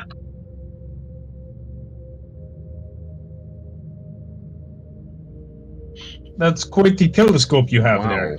Let's see. A chronoscope. The telescope is part of the chronoscope. I'm sorry, I know that you're not very well educated. I'll stop you right there. I'll have you know that I've had the finest education. Oh, well, if you'd like to have a go, then be my guest. Oren, would you mind giving a bit of assistance here? Oh, I'd be happy. There's one of the goat men. Thank you, Oren. We're a little off track here. Oh, are you? Well, we are here, presumably, looking for a way to Sigil, and wondering if one of you lot might know one. Oh, well, that should be pretty easy. What time in Sigil? Now-ish. Oh, that should. The present is quite easy indeed. Why don't you have a go and see if you can find it yourself, or give them a bit of an assistance? Why don't you? Oh, not yet. No, we're not looking to see Sigil. We're like trying to get there physically. Wondering if one of you might know where a gate or portal or something of that nature. Or have a tuning fork? That too. A tuning fork. Why? Looks around. The tuning fork. One of them produces them. Yeah. Here we are. I feel like they don't know what kind of tuning fork we're looking for. Although we will take one of those. It's suitable for a guitar. You've probably never heard of it. It's like a lute, but bigger. But way more metal. Yes, that's right. Copper is the metal that we choose. Oh, metal! Oh, you mean like no. Yes. You can observe any concert that you like with the chronoscope. Right. Well, I'll take that. Mage hand and grab the tuning fork and float it over to my. And then look at the group. Which one of y'all can plane shift? That's not a tuning fork.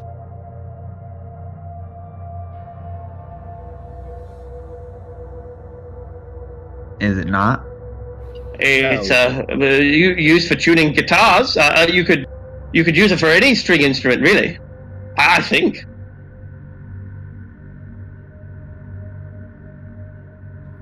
So I think that's a no. That's definitely not a tuning fork.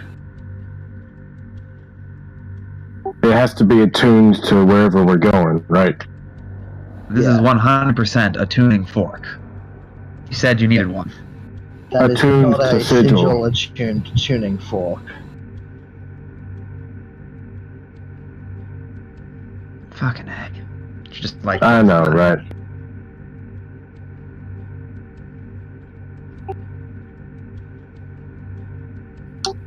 Alright. Better question. Do you know where Anduza? He spends a lot of his time in the garden. Occasionally he visits his wife. You'll find it at the end of the hall. How do we get to the end of the hall? You might walk. That's what I was presuming. How long is the hallway? Don't say endless. Well, it's not exactly endless. I mean, you'd never reach the end if it was endless. It is metaphysically long. It doesn't actually has a physical distance, as in you can't measure it in steps.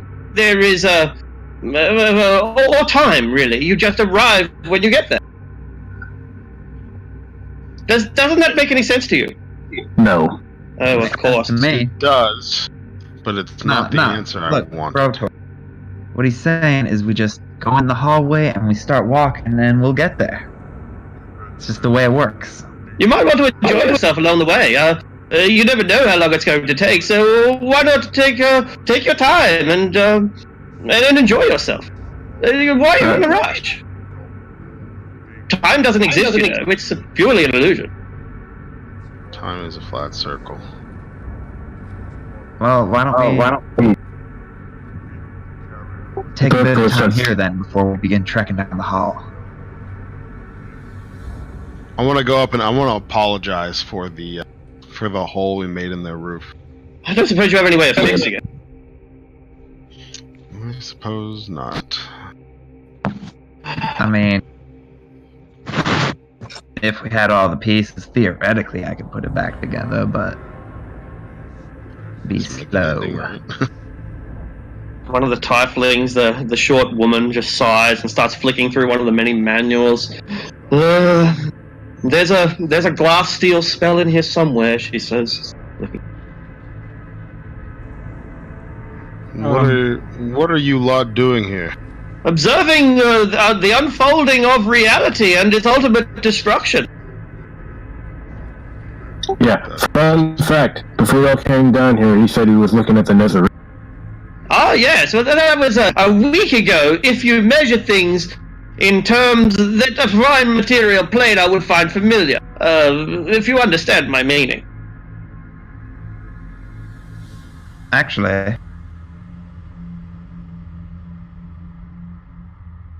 do you mind if I take a whack using this thing?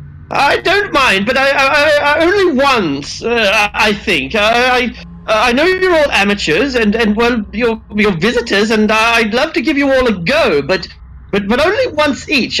You know, I'm terribly afraid that you'll break it. Well, then maybe you can set it to the right spot for me, and I can just take a peek at what I want to look at. No. Oren, give them a hand. But I'm afraid that the device it attunes itself to you. You'll have to make all the adjustments yourself.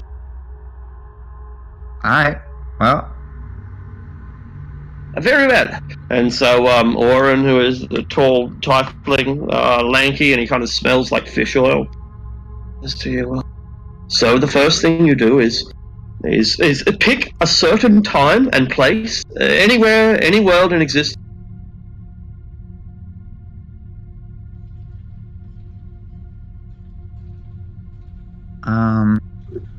One second, I've got.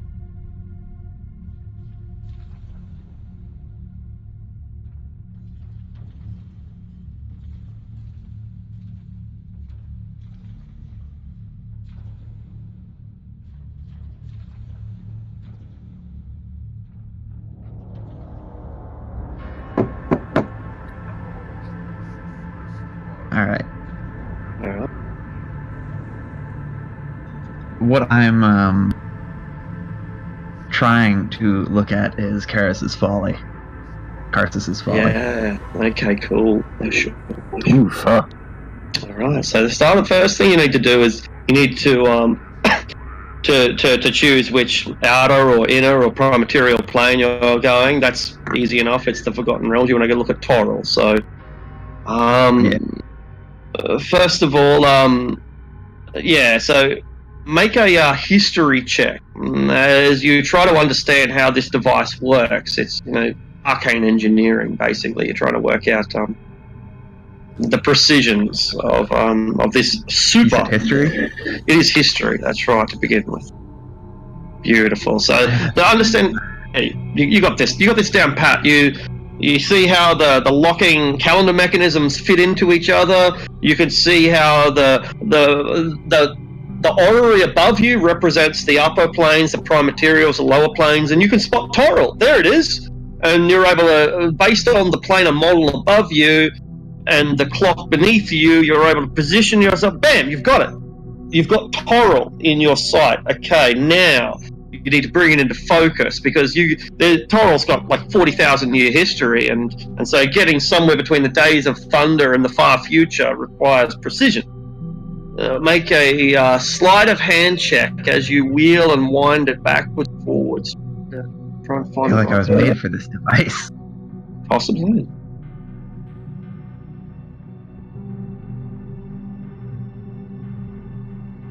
I like how the device wasn't made for you, but you made for it. It's the eternal thing after all. You're just yeah. You That's a got 28 because I can't get less than a 28 on it. That's incredible. All right. I picked up Gloves of Thievery and have expertise, so I have a plus 18. You immediately bring it straight into focus. So far, you've discovered the world that you want, and you've also discovered the time and the place. So now you're looking at ancient Netheril. At its height, you see these flying cities, and you see the creation of Ion stones and these a montage of different events. Now, finally, to hone in at the exact moment that you want, you need an Arcana check. You've done it. And so you witness it. Karsus was very powerful for a Netherese mage. He was a child when he was casting epic level magic. A prodigy, a true prodigy, and in a place, in a prodigious nation like the Netherese, Karsus stood out.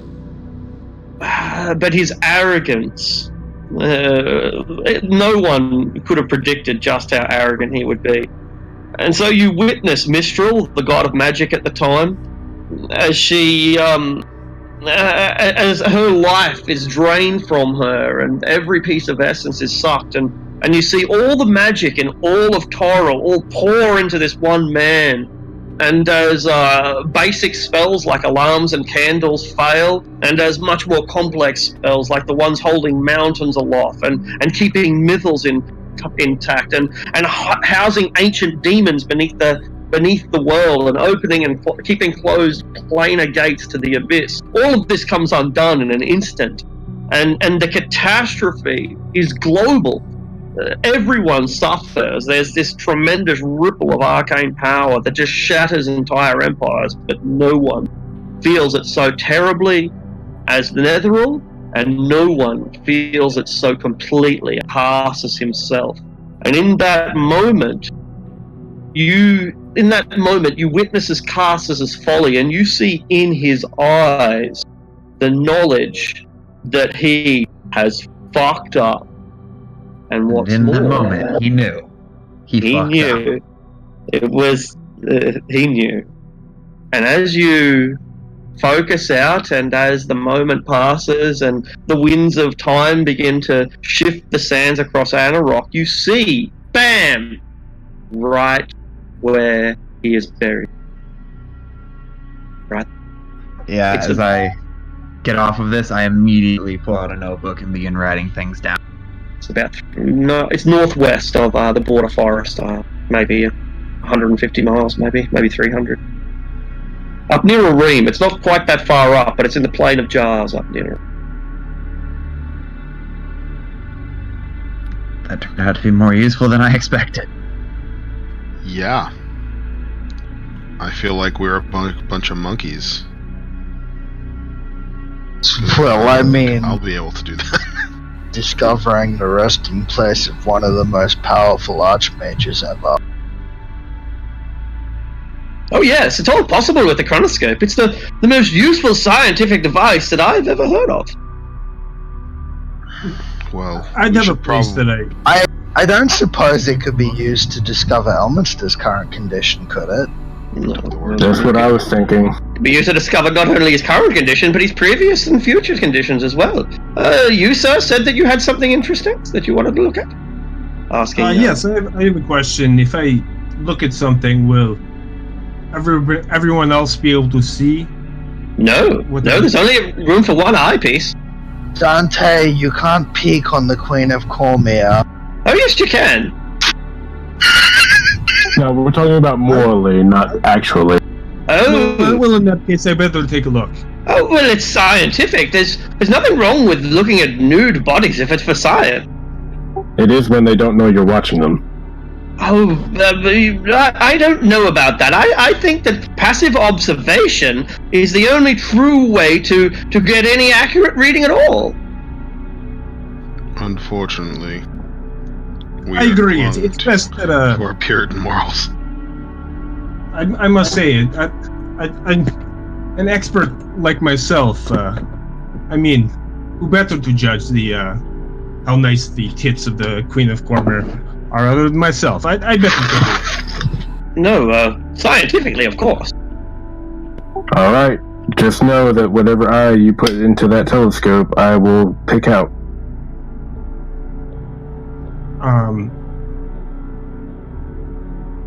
So yeah, I go up and you see a flash. I look sort of serious as I put my face up the telescope. Huh. And try to start dialing it into where I want. All right. So yeah, the first thing to do is to pick a certain time and place on any world in existence. So choose a plane, outer, inner, prime material. I want to go to Faerun, and I want to go in the past. Excellent. So start with your history check as you try to understand this thing just from an engineering perspective. You look at the dials and the wheels and see how it locks them together. You're doing just fine. Like, this is, it's not as complex. It's incredibly complex, but it makes sense. There's a very clear logic to the way this machine works. All right, and so next, you want to bring it into focus. So it's a sleight of hand check as you spin those little precision dials. Oh, you've got this. So you've pulled it into the place you want, which is Faerun, and the time you want, and the nation. So what are we looking at? What are you hoping to find? I want to go back to a time when my family was like complete and together, and it was one of the happiest days of my life. It was a day spent with Valeria and my father and mother. I think I was into horse racing at the time. My father just bought me my first stallion for racing, and went to the track and just had the best time, and spent time with my sister and my mom, and I just relived that moment. Make it up.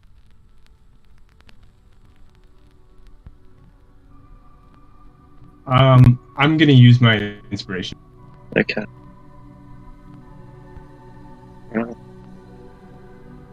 And so you wheel it, and you turn, and you've almost gotten it into focus, but you've gone too far, and you've skipped over what you were looking for, and instead you get a brief glimpse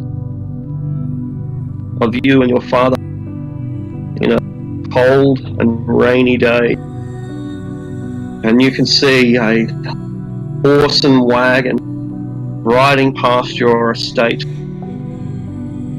A group of men in black cloaks and black hats with swords in their hand leap off in the pouring rain and scurry towards the wall. But now you're able to wheel back. You still want to see your happy memory?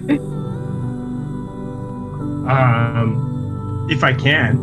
Good. Yeah. And that goes out of focus, and you come back.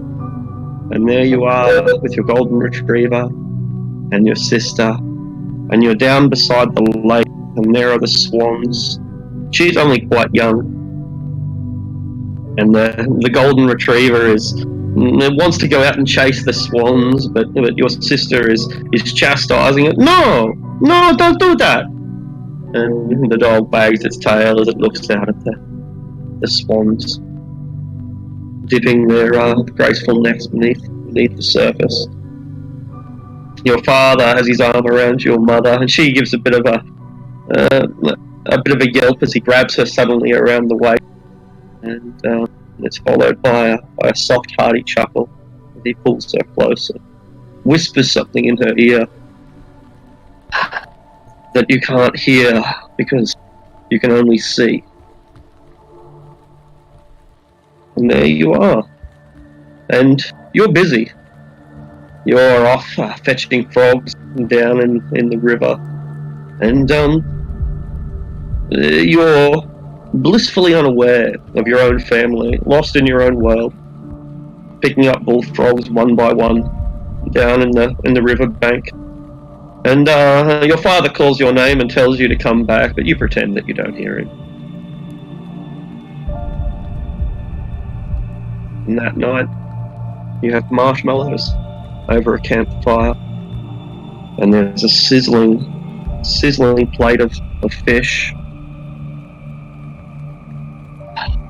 And as the children fall asleep, the parents whisper sweet nothings to each other underneath the starlight, and you take your eye away from the office. I sort of pause for a second, and I turn to everyone. Well, they were a fairly nice pair of kids, I must say. Do I know if he's joking or not? About an 8.5.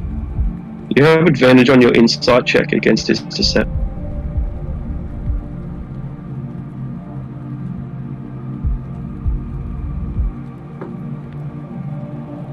Make a deception check, Dante. Alrighty. Yeah, he knows how to lie to his friends when he has to. Doesn't want to show his emotions. He's a man. That Ellis there. Alice, no hair, more like. Know what I'm saying? Hey, Jesus. Does anyone else wish to take a look at it? I do, but I mean, do we want to check in on Elminster? I'd rather let someone else do that. That looks kind of complicated. Hang on. Did Brotor just say he wants to peep at the princess's bra? Not that. They were pretty nice, Brotor, I must. Shut up. But no, I want to use the thing for something else. But I mean, if someone wants to look and try and find Elminster before I do that. Yeah, I'll fuck.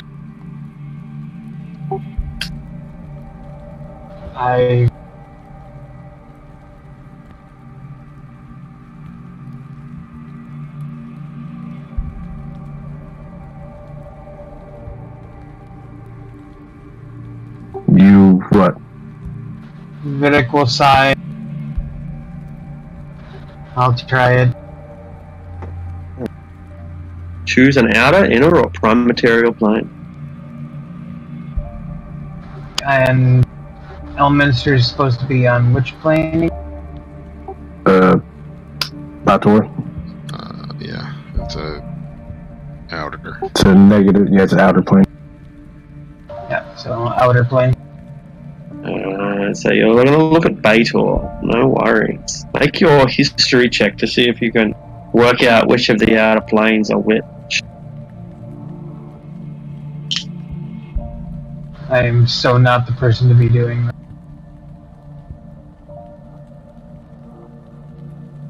Right, it's alright, lower plane, lawful evil, diametrically opposed, that one. You found it. You're on Bator.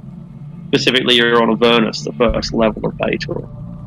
Alright, let's focus in on the place. What are we looking for here on Avernus? The living labyrinth. Okay, the living labyrinth. Make a sleight of hand check as you bring the living labyrinth into focus. I'm gonna burn my inspiration on that. Alright. Fuck. So, you're unable to find the living labyrinth, right? But you are still on Avernus, and you're looking around. Maybe you can get some clue, like, all's not lost. You're unable to figure out these tiny little dials, but let's have an Arcana check. Let's see if you can line it up anyway and salvage. Alright. So what you managed to find, is this tremendous wall, right? And you're looking down in Avernus. You can't find the living labyrinth. It's just too big. It's just too big. You don't know how this freaking thing works. You're looking around, and there's this army. The army must be 1 million strong. It must be 1 million strong, and it's facing it's only a fraction of its size, maybe 5% of 20. And this force is made up of devils, pit fiends, Cornugons, and other natives to Avernus, lawful evil devils. And this huge army of 1 million, half of which are the living dead, is commanded by a Glabrizu who looks strikingly similar to the one that you've already seen. And as you focus in on this individual, you look straight into the eyes of the demon called Morn, as it commands this great legion of warriors, and they are winning. They are steamrolling their way through the.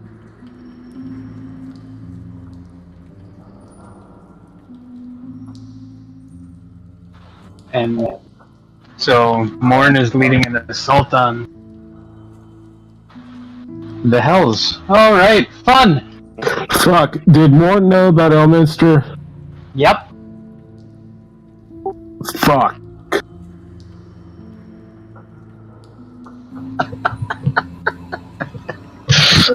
God damn it. So Videk is going to pull back and look at everyone else. We might have a problem. Add it to the list. Well, there is a army of demons assaulting the Hells, and they're led by an old friend. What do you mean, an old friend? He looks knowingly at both Brotor and Dante. The old friend that died with your face.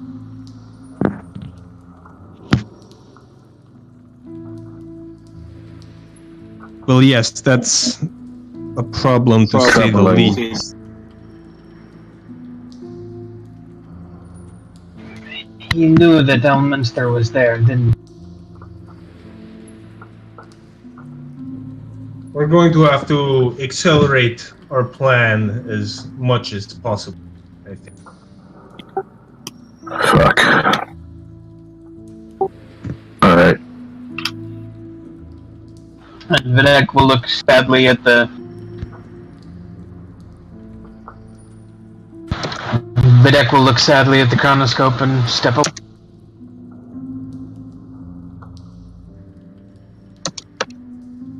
Alright. I want to try it, but I mean, if there's no time, we can...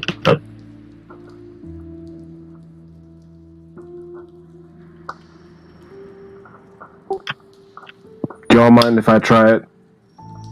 I know we gotta go, but... No, go ahead, man. Okay. Oh, we have time. Okay, I'll step up. Alright.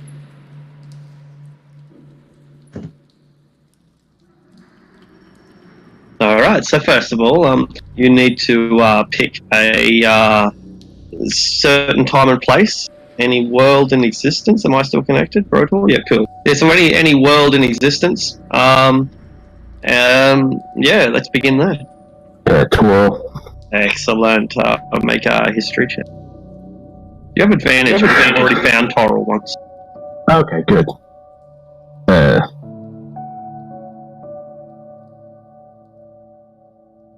Alright, you accept those rolls?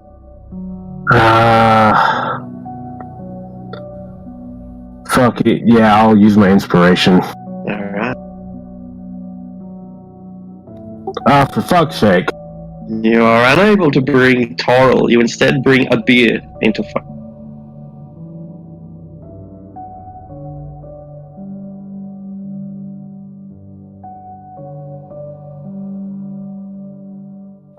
Okay. I'll ride this. Alright. So, you're looking at the completely wrong world. I mean, like... Yeah? I can't, like, restart this. You keep going and trying, and it's just Yeah. not working.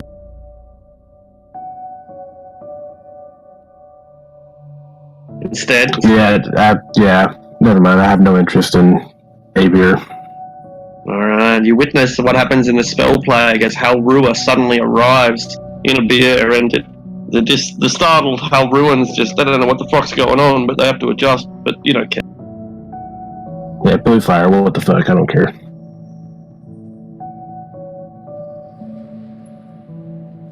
It's a very complex machine, the gnome admits. I feel like there's so many things we could ask for this, and this is such a good resource at our hands, and we're squandering it. Well, it's not that we're squandering it, we just don't know how to use it. Most of us don't know how to use it. A lot of us just don't have the... I seem to have a pretty good knack for. Well, you had your I take. I look to the guy. I think maybe I could take a look for one of them, find what they're looking for. Make a persuasion.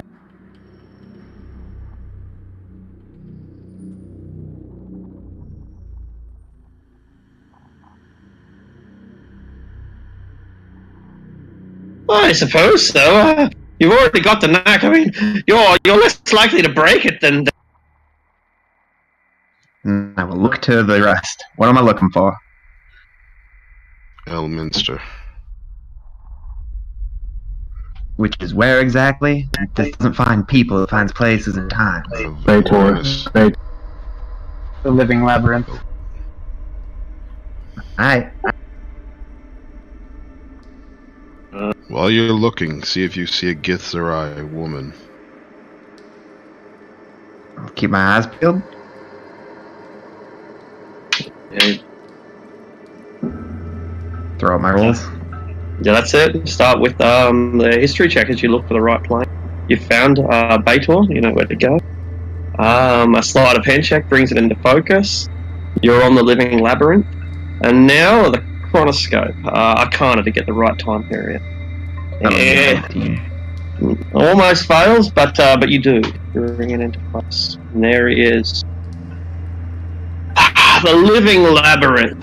To find Elminster, you position your chronoscope so that it's shooting itself towards Avernus, the first layer of that. And you penetrate the thick smog of volcanic gas and noxious clouds, and you break through the endless skies of bats and demons and devils and other entities which flog these skies, and you make it all the way down to the ground, the blasted volcanic soil. And there you see a huge moor in the ground that's best described as a sarlacc pit. A huge lamprey-style mouth filled with countless spear-length teeth, all vibrating, and you go deeper down into the gullet of this creature. You go past its lips, down its throat, into its gut, and then you begin exploring the cavities that make up its digestive chamber, its veins. Its veins are best imagined as caves filled with rivers of blood. And you follow through these caves, going past the heart and through the lungs and past the brain, and then you eventually, after you pass many prisoners, a Githyanki woman, a Githzerai woman, a human male, and many others besides that, you find him, and there he is, struggling and exhausted, relying on his cantrips. One eye closed, caked with blood, fighting off legions of the dead and of devils, with naught to power himself, but simple cantrips like firebolt, trying his best to keep them away. Up against the wall, and the wall itself is made of pulsating, vibrating, mucus-covered flesh, much like the insides of your stomach. But he's alive. And yeah, Kaya describes that as it.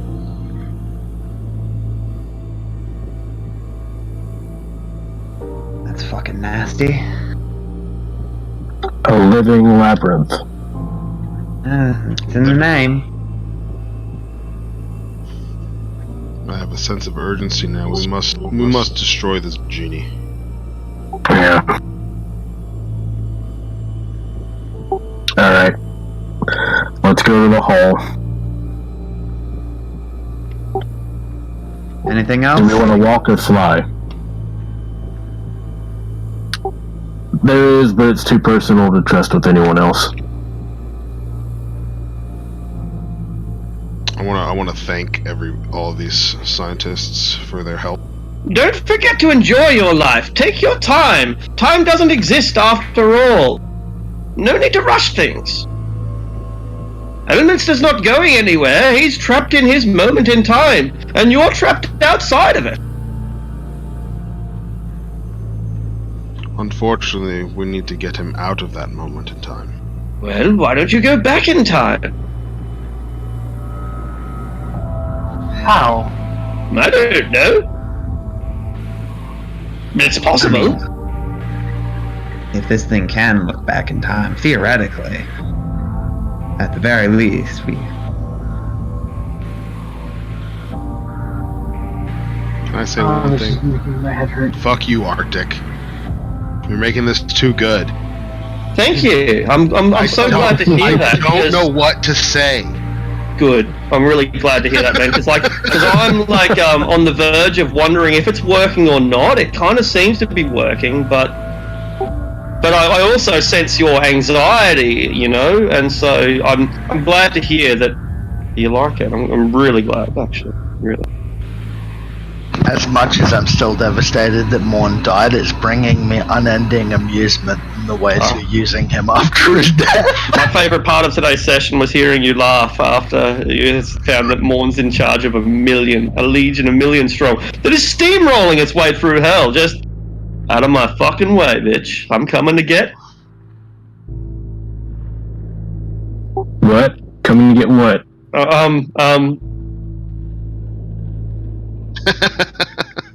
Coming Some to old get wizard? Before we like take off, and you know, because I think I'm no rush. Time's an illusion, isn't it? Yeah. Okay. Could I take like one more quick peek?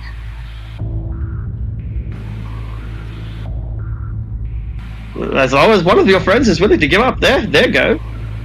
I'd rather you use it than them. Yes. You told me what I needed to know.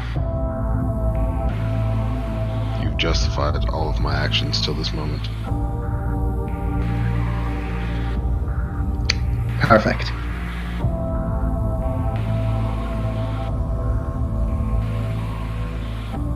This is a bit less specific.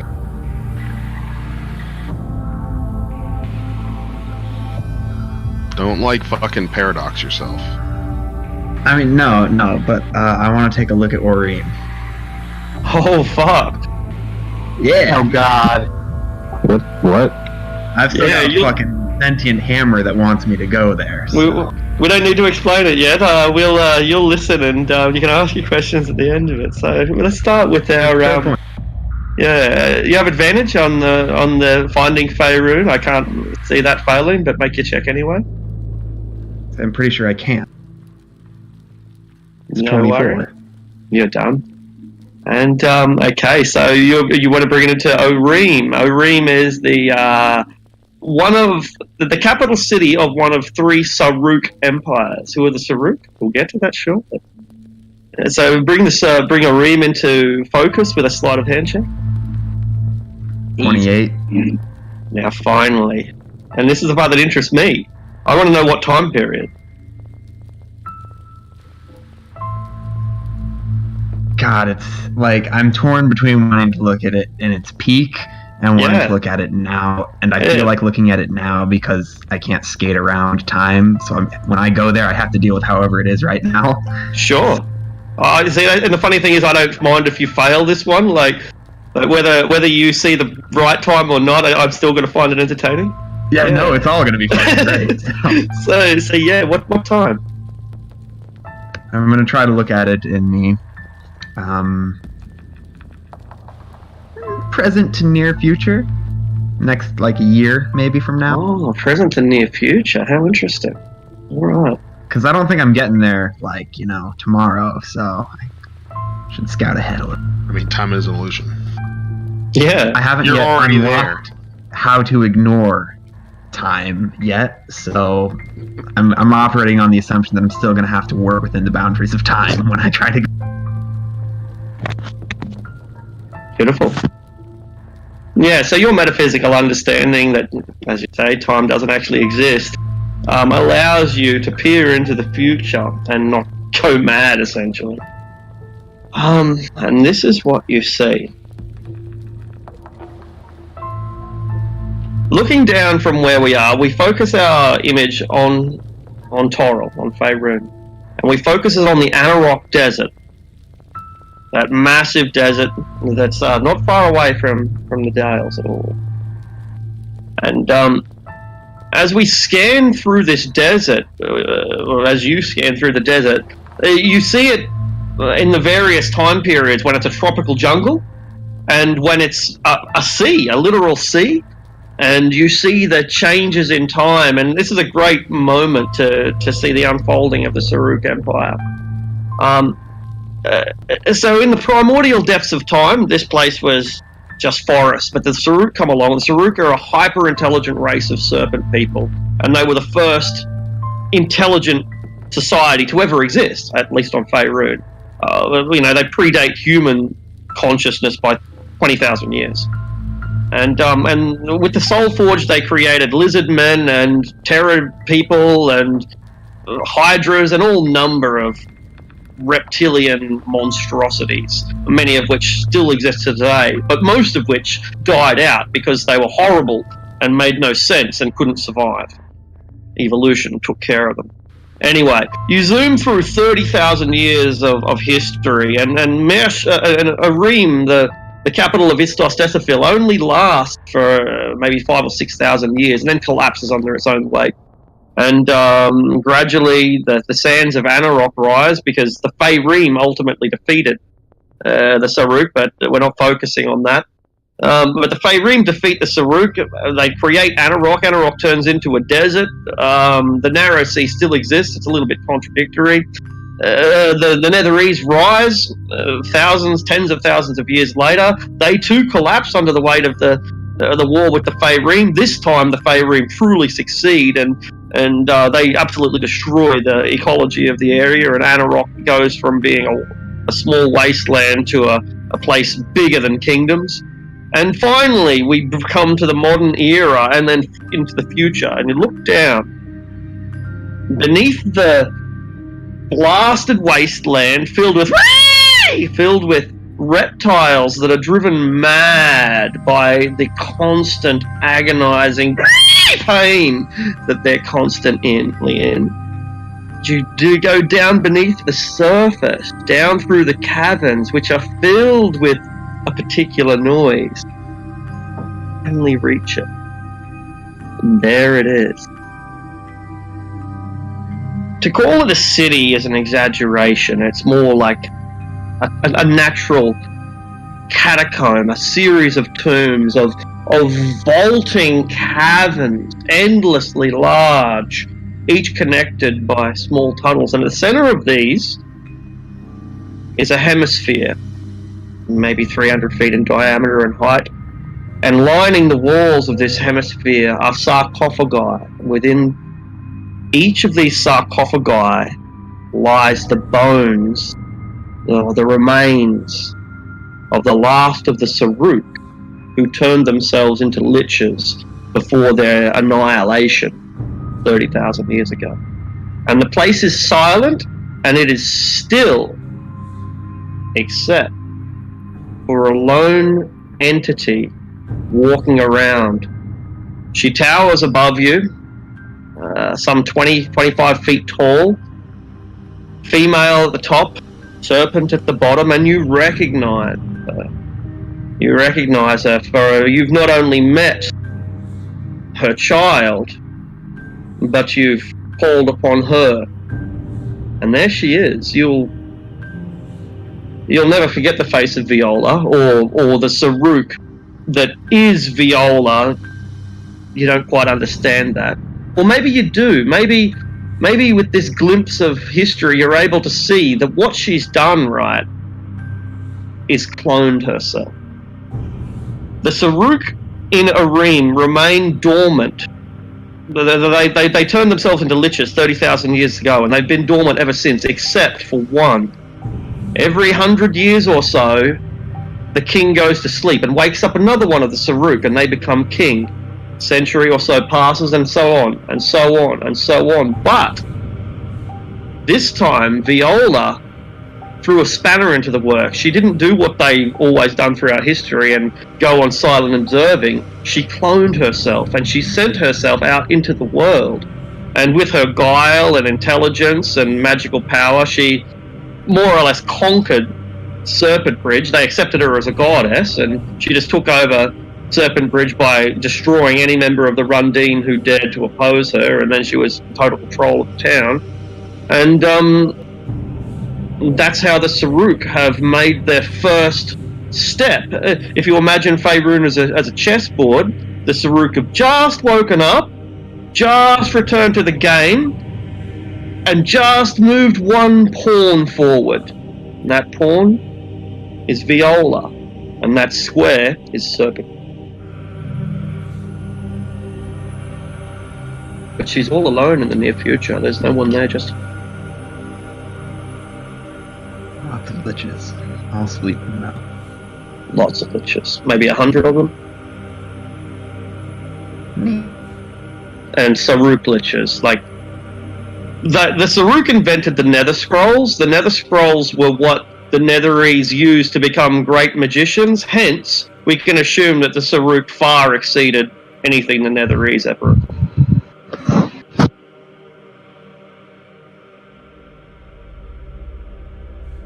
Dear God. Joy. Just to clarify, though, Kaya's not like explaining this one. Okay. Neither the bit about Karsus either. And then again, she immediately, I guess she steps back and takes a second to gather herself, pulls out her notebook, and begins writing furiously.